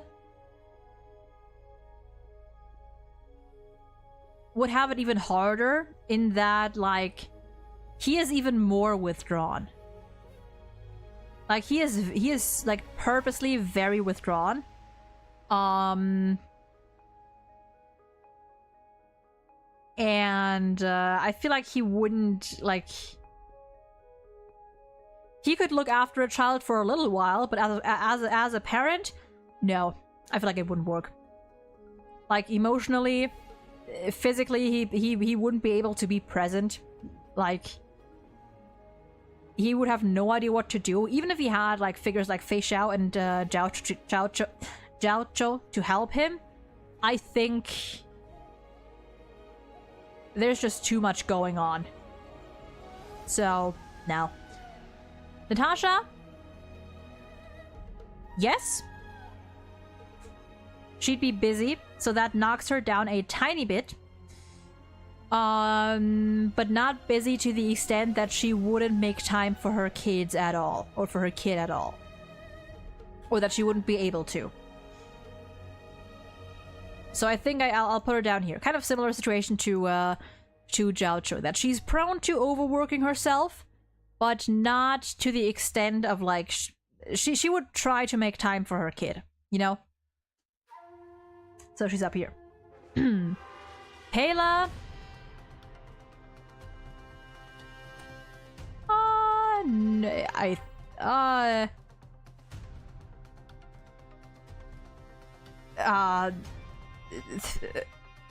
have no idea. I have no clue. No idea. And I know Pela's character better than I do Lingsha or Luo Cha, but I don't know. Honestly, I have no idea. Ecto, welcome in. Akaji goes into F tier. Add Persona 5 Akaji in here. She is 16, hard to judge. Liz, she is not 16. Despite the game saying that, she is not 16. That is a woman with a job who is friends with Serval, who worked under the previous Guardian. That whatever the game did there or tried to do there, she is not 16. I do not believe that for a second. I know where they say it, but it makes no sense. That is a grown woman. That is a grown woman. She is like early 20s to mid 20s at least. Like she would be mature enough for a kid. I just don't know how I can't imagine how she'd do it. My hate for Akachi exceeds just Persona. Oh god, how you doing, Ecto? It's been a while. How you doing? Hope you're doing well today. Yeah, Pela, like, even if I know what she's like, I just, for some reason, can't imagine her as a parent. I just can't. I don't know why I can't, but I just can't. You were in Japan for a month. Nice. Hope you had a lovely time. Adopting one with Lynx. Yeah. Genuinely, I feel like Lynx and Pela as parents would not go well for some reason. Okay, real quick. We're gonna take another break here. I need to go to the bathroom and I need to rest my voice a little bit for the final stretch. We don't actually have that much left. We have 2, 4, 6, 8, 10, 12, 14, 16, well, 15 kind of. 16, 18 left. We're about 2/3 of the way through, I think, more or less. Well, a little less. It's fine. I feel like some of these are gonna be a bit quicker. So yeah. Pela frequents AO3. I wouldn't trust any child with her. Hey! I mean, to be fair, I frequent AO3 and I wouldn't trust myself with a child either, although that is not because I frequent AO3, that is because I would be a helicopter mother. Anyway, short break, 10 to 15 minutes, and then we shall continue.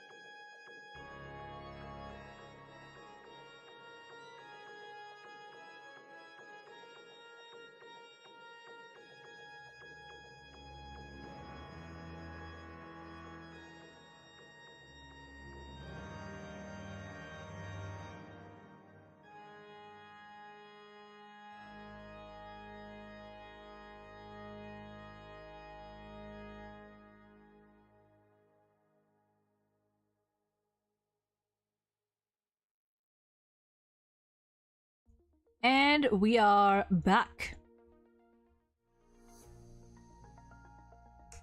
Okay. We have 18 more characters to go through, so let's try to do this before my throat dies. Chengchua! I gotta have to put you in the question mark tier, or why is there an eh in there? Also gonna have to put you in the question mark tier because I have no clue, quite frankly. I'm trying to think, but I have no idea. I have no clue. No idea. So, question mark, and we're moving on. Wrap up? Probably not. She would have to drop her Chuny persona first. Because, it's fun if you're babysitting a kid. It's not great if you're raising one. You know? Yeah, I feel like a child would need a more grounded parent. And I know she can. But, ninjas can be parents too. They can! Not in this setting, though. At least not her. Yeah. I think the Chuny would get in the way too much. So probably not. Robin. Celebrity. However, unlike Gunnaifen, who is an influencer, Robin would have the resources to, you know, for security and all of that. And, I mean, there's celebrities with children that, you know, that make it work, you know, and their kid lives a good life. I can't think of any right now, but they exist, surely. And hey, that kid could live, like, that kid would grow up knowing, hey, their parent is a star. But wait, that could also not be a great thing, because that could attract, like, more superficial people. So maybe I'll knock her down after all. Personality-wise, she would be a great mother. She would be a wonderful mother. But yeah, the whole being famous.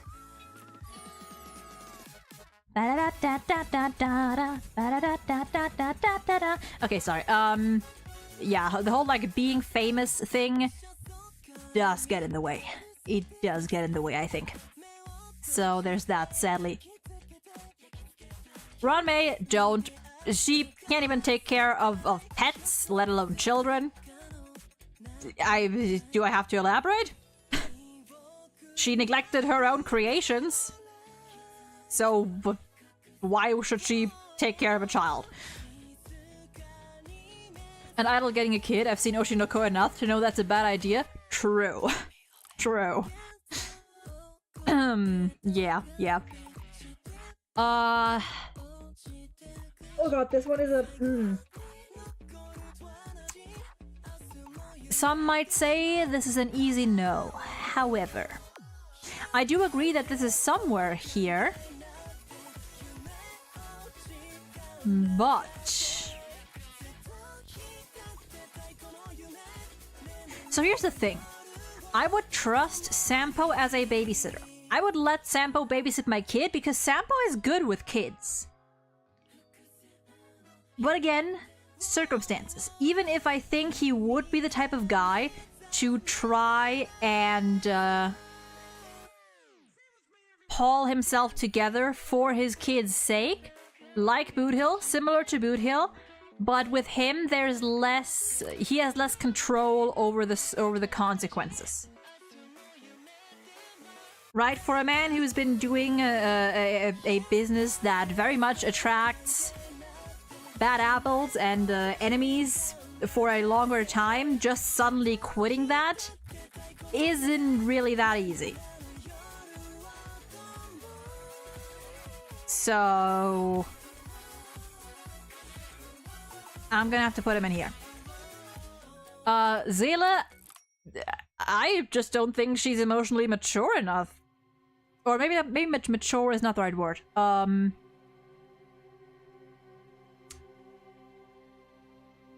Big sister type. Big sister type, but not a parent. I think she's too rough around the edges to properly care for a child. Senpai would definitely teach the kids pickpocketing when he's babysitting. I don't think he would, no. I don't think he would. No. He would teach them I mean, the thing with Senpai is like he could teach them like little magic tricks, or like little, like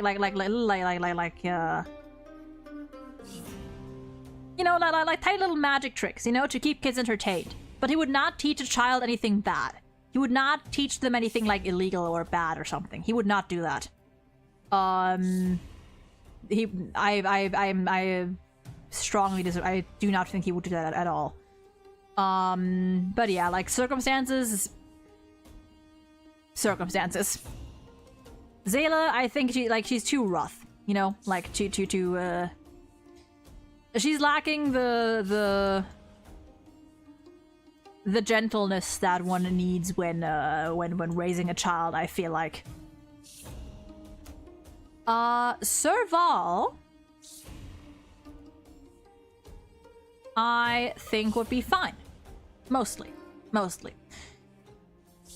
Some emotional baggage. She would have to go to therapy, probably. But all in all, and she's also very stubborn, so, she might get into trouble with her kid, or, like, there might be some disagreements that they would have to work out. But all in all, I think she's fine. She's a good woman. She is a big sister, so I think that in her case that works in her favor.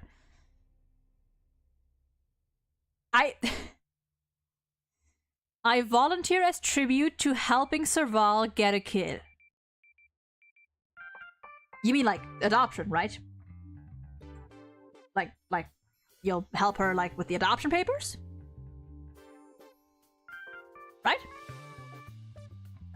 Right?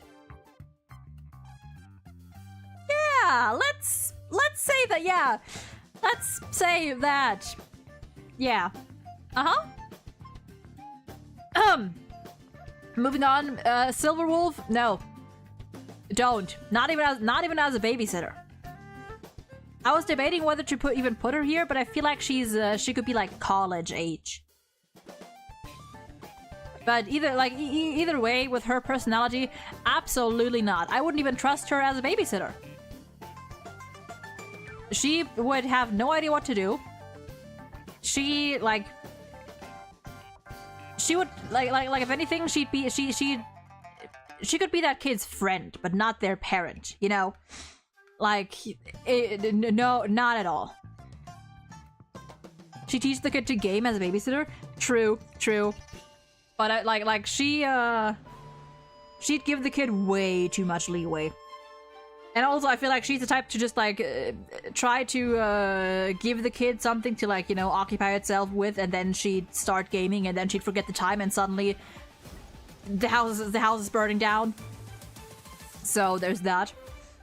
Sparkle, absolutely not. She may be able to teach a child, but she would teach a child to be a menace. She would not teach them any like morals. She would not teach them any valuable or altruistic or kind-hearted life lessons. She would teach them to be chaos. So straight up, no. Sunday.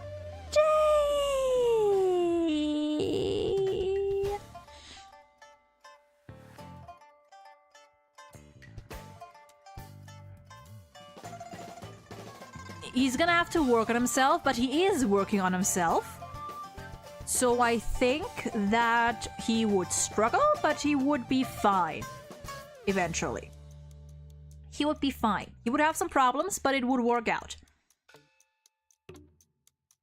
Sparkle is the one that... Yeah, Sparkle, she would teach the kids pickpocketing. Definitely. Maybe give Sparkle the acting role of a mother and she would pull it off, but not as herself. Sunday is a hard no. He puts himself first, even over his closest family. Have you finished the Penacony story? Because, not true at all. Not true. Not true. This man is self-sacrificial to a fault. This man would sacrifice himself so many times and so often to the point that that might become selfish. But, he definitely, couldn't even say goodbye to his sister. I mean, here's the thing, right? Do I agree with that?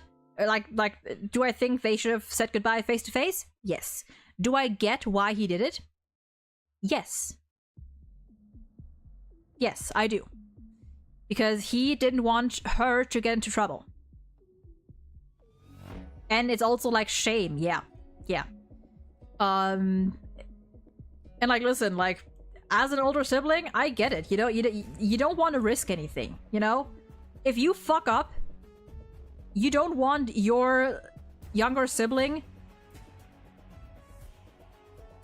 to get caught up in that.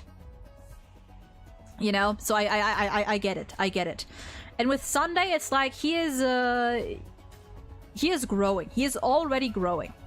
Like, he's not perfect. He definitely still has a ways to go. He has things to work out. He, like, you know, like his compulsive disorder. He, his like, need, or I guess, desire, urge, I guess, for control. Which he's already doing fine in that aspect. Or I guess he's doing better, you know, like he's more open to change and, you know, spontaneous changes. He's already shown to be more open to that. I just think that, like, he would need some time, and but I think all in all, he would be fine. He would be fine. I can see that you read him that way. Yeah, I think I mean, the whole, I mean, Sunday and Robin's thing in particular, I've seen takes that cannot, like, understand Sunday's behavior there at all. As for why he wanted to, you know, why he didn't want to meet with Robin face to face, I personally understand it, although I don't agree with it. But I get it. I get it. As an older sibling, I get it. Sushang, I don't think she's mature enough for that. She's just not mature enough to be a parent, so I don't think so. Herta? No.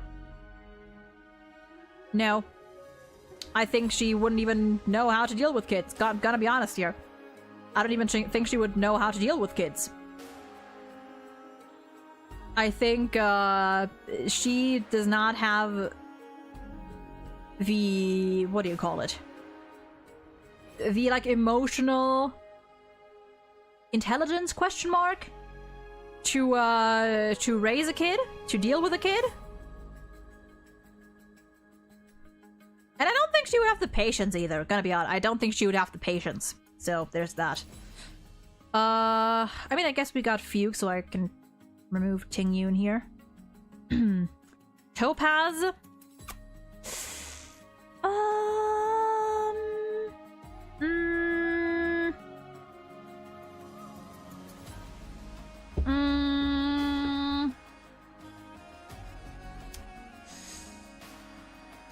I think, as a person, yes. I think she'd be fine. Mostly. But in regards to what I've said earlier about her attitude toward the IPC and whatnot, I feel like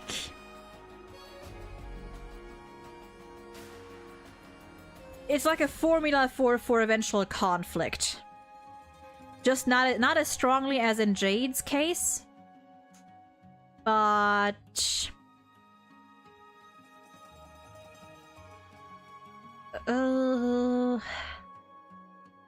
if she wasn't working for the IPC, and if she wasn't so strongly on the IPC's side, then I would put her higher. Then I think I would put her higher. Yeah. Yeah. The Trailblazers? No. I think they could babysit a kid. But... otherwise, no thank you. Otherwise, nopity nope. These two are not capable of raising a child. This one, however, most certainly is. Finally, another A+ parent. I mean, need I say more? Need I say more? Of course Veld would be a great father. He is a father. This man adopts, like, at least one new child every planet. Of course he'd be great. Obviously. I would love to have Veld as a father. Shui Yi, less so.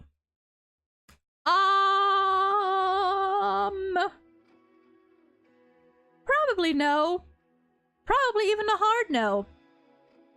Because Shui Yi, well, are we assuming she's a human? But I mean that still her emotional capabilities. Who do you adopt on the Xianzhou? I mean, technically he adopted Dan Hong from the Xianzhou. I'm counting that. To be fair, no one from Belobog. We got the Trailblazer on the space station, no one in Belobog, Dan Hong from the Xianzhou, Sunday on Penacony, and who knows with Amphorius. Who knows? Shui Yi, like, so emotionally unavailable. Even more than, like, Acheron or anyone on here, I think. Like, even if she is technically human, like, her, like, she is so... what do you call it?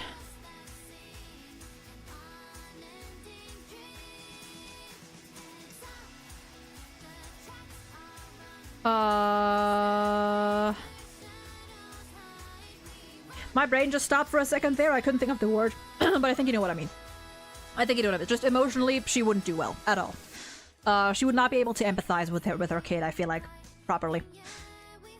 If Veld was on Belobog, he'd have successfully adopted Serval and all the siblings. Honestly, probably, bro, he would have adopted Bronya. He would have adopted Bronya right then and there. Yeah, definitely. If only he had been on Belobog.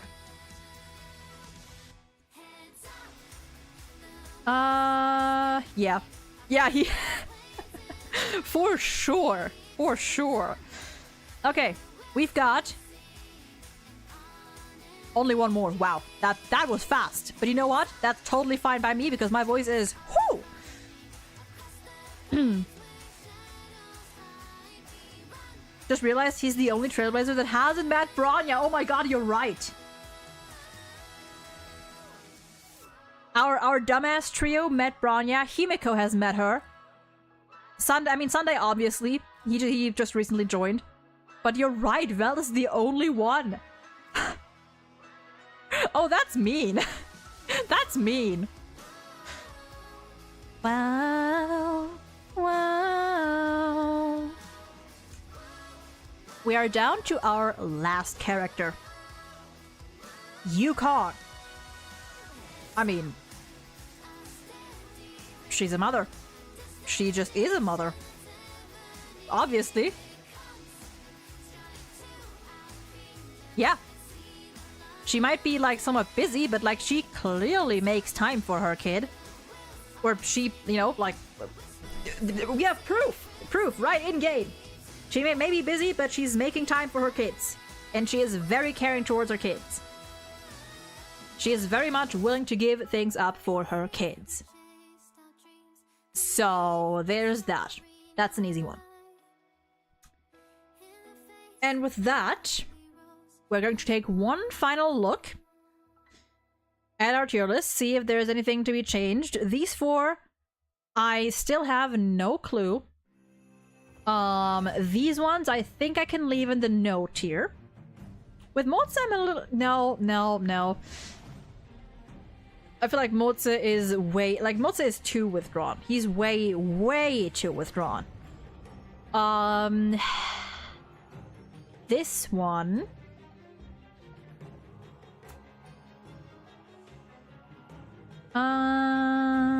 Okay. I'm trying to think myself into this. Like, if this person, like, just happened to... If someone just put a child in their arms and left them with it, I might have to...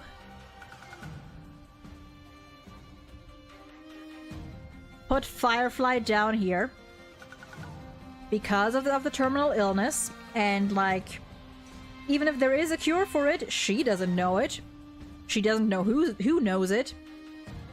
So it's way too risky, I think, to put a kid through that. The workaholics, probably not, but I wouldn't say it's a hard no.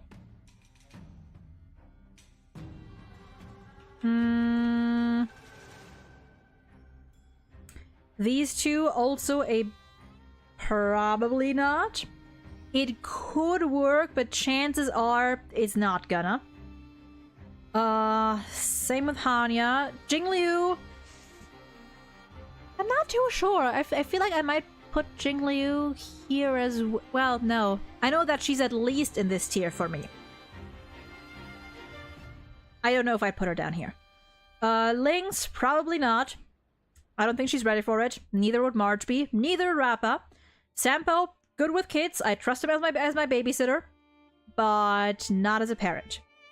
Zayla, too rough around the edges. Sushang, not mature enough.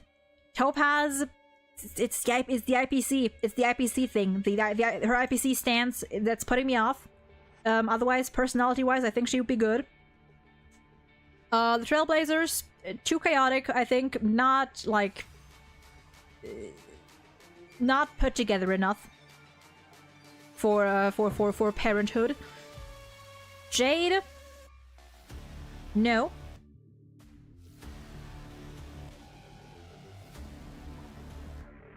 I guess I just went from here down, but it's fine, whatever. Yeah, I think everyone in this tier is fine. Top tiers, Aventurine, I rest my case. I stand by my point. I stand my ground there. The MCs should be in the children category. Fair point. I mean, we don't have that anymore, but I think as babysitters, they'd be fine. Mostly. Black Swan, mostly Black Swan will be fine. I don't know what exactly is preventing me from putting her up there. There's just something. It's just something about her. I don't know exactly what it is. Danhang would struggle, but he has a solid support network, so he would eventually be fine. Natasha is the overworked single mother. But she cares, she tries, she does her best, and I think her kid would turn out fine.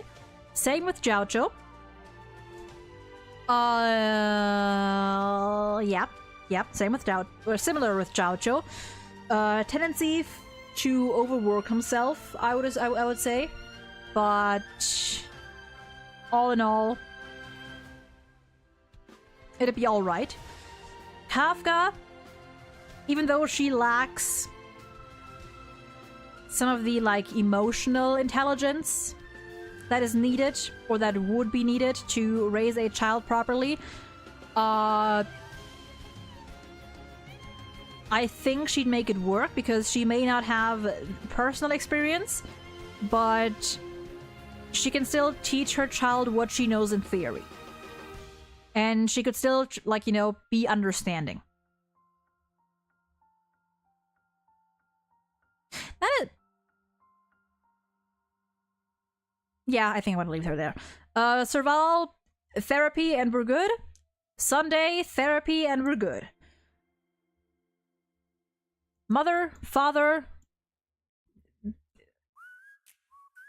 good, just good. Mother, after some further consideration, yes. Great, great, and great. Kafka might also learn fear for someone else with a child. True. Interesting point. Interesting point. True. True. Yeah, maybe having a child would actually, like, allow Kafka to like learn more about herself as well, or to experience more things, you know. So yeah, that is our tier list. Let me see if I can zoom out a little bit. Can I?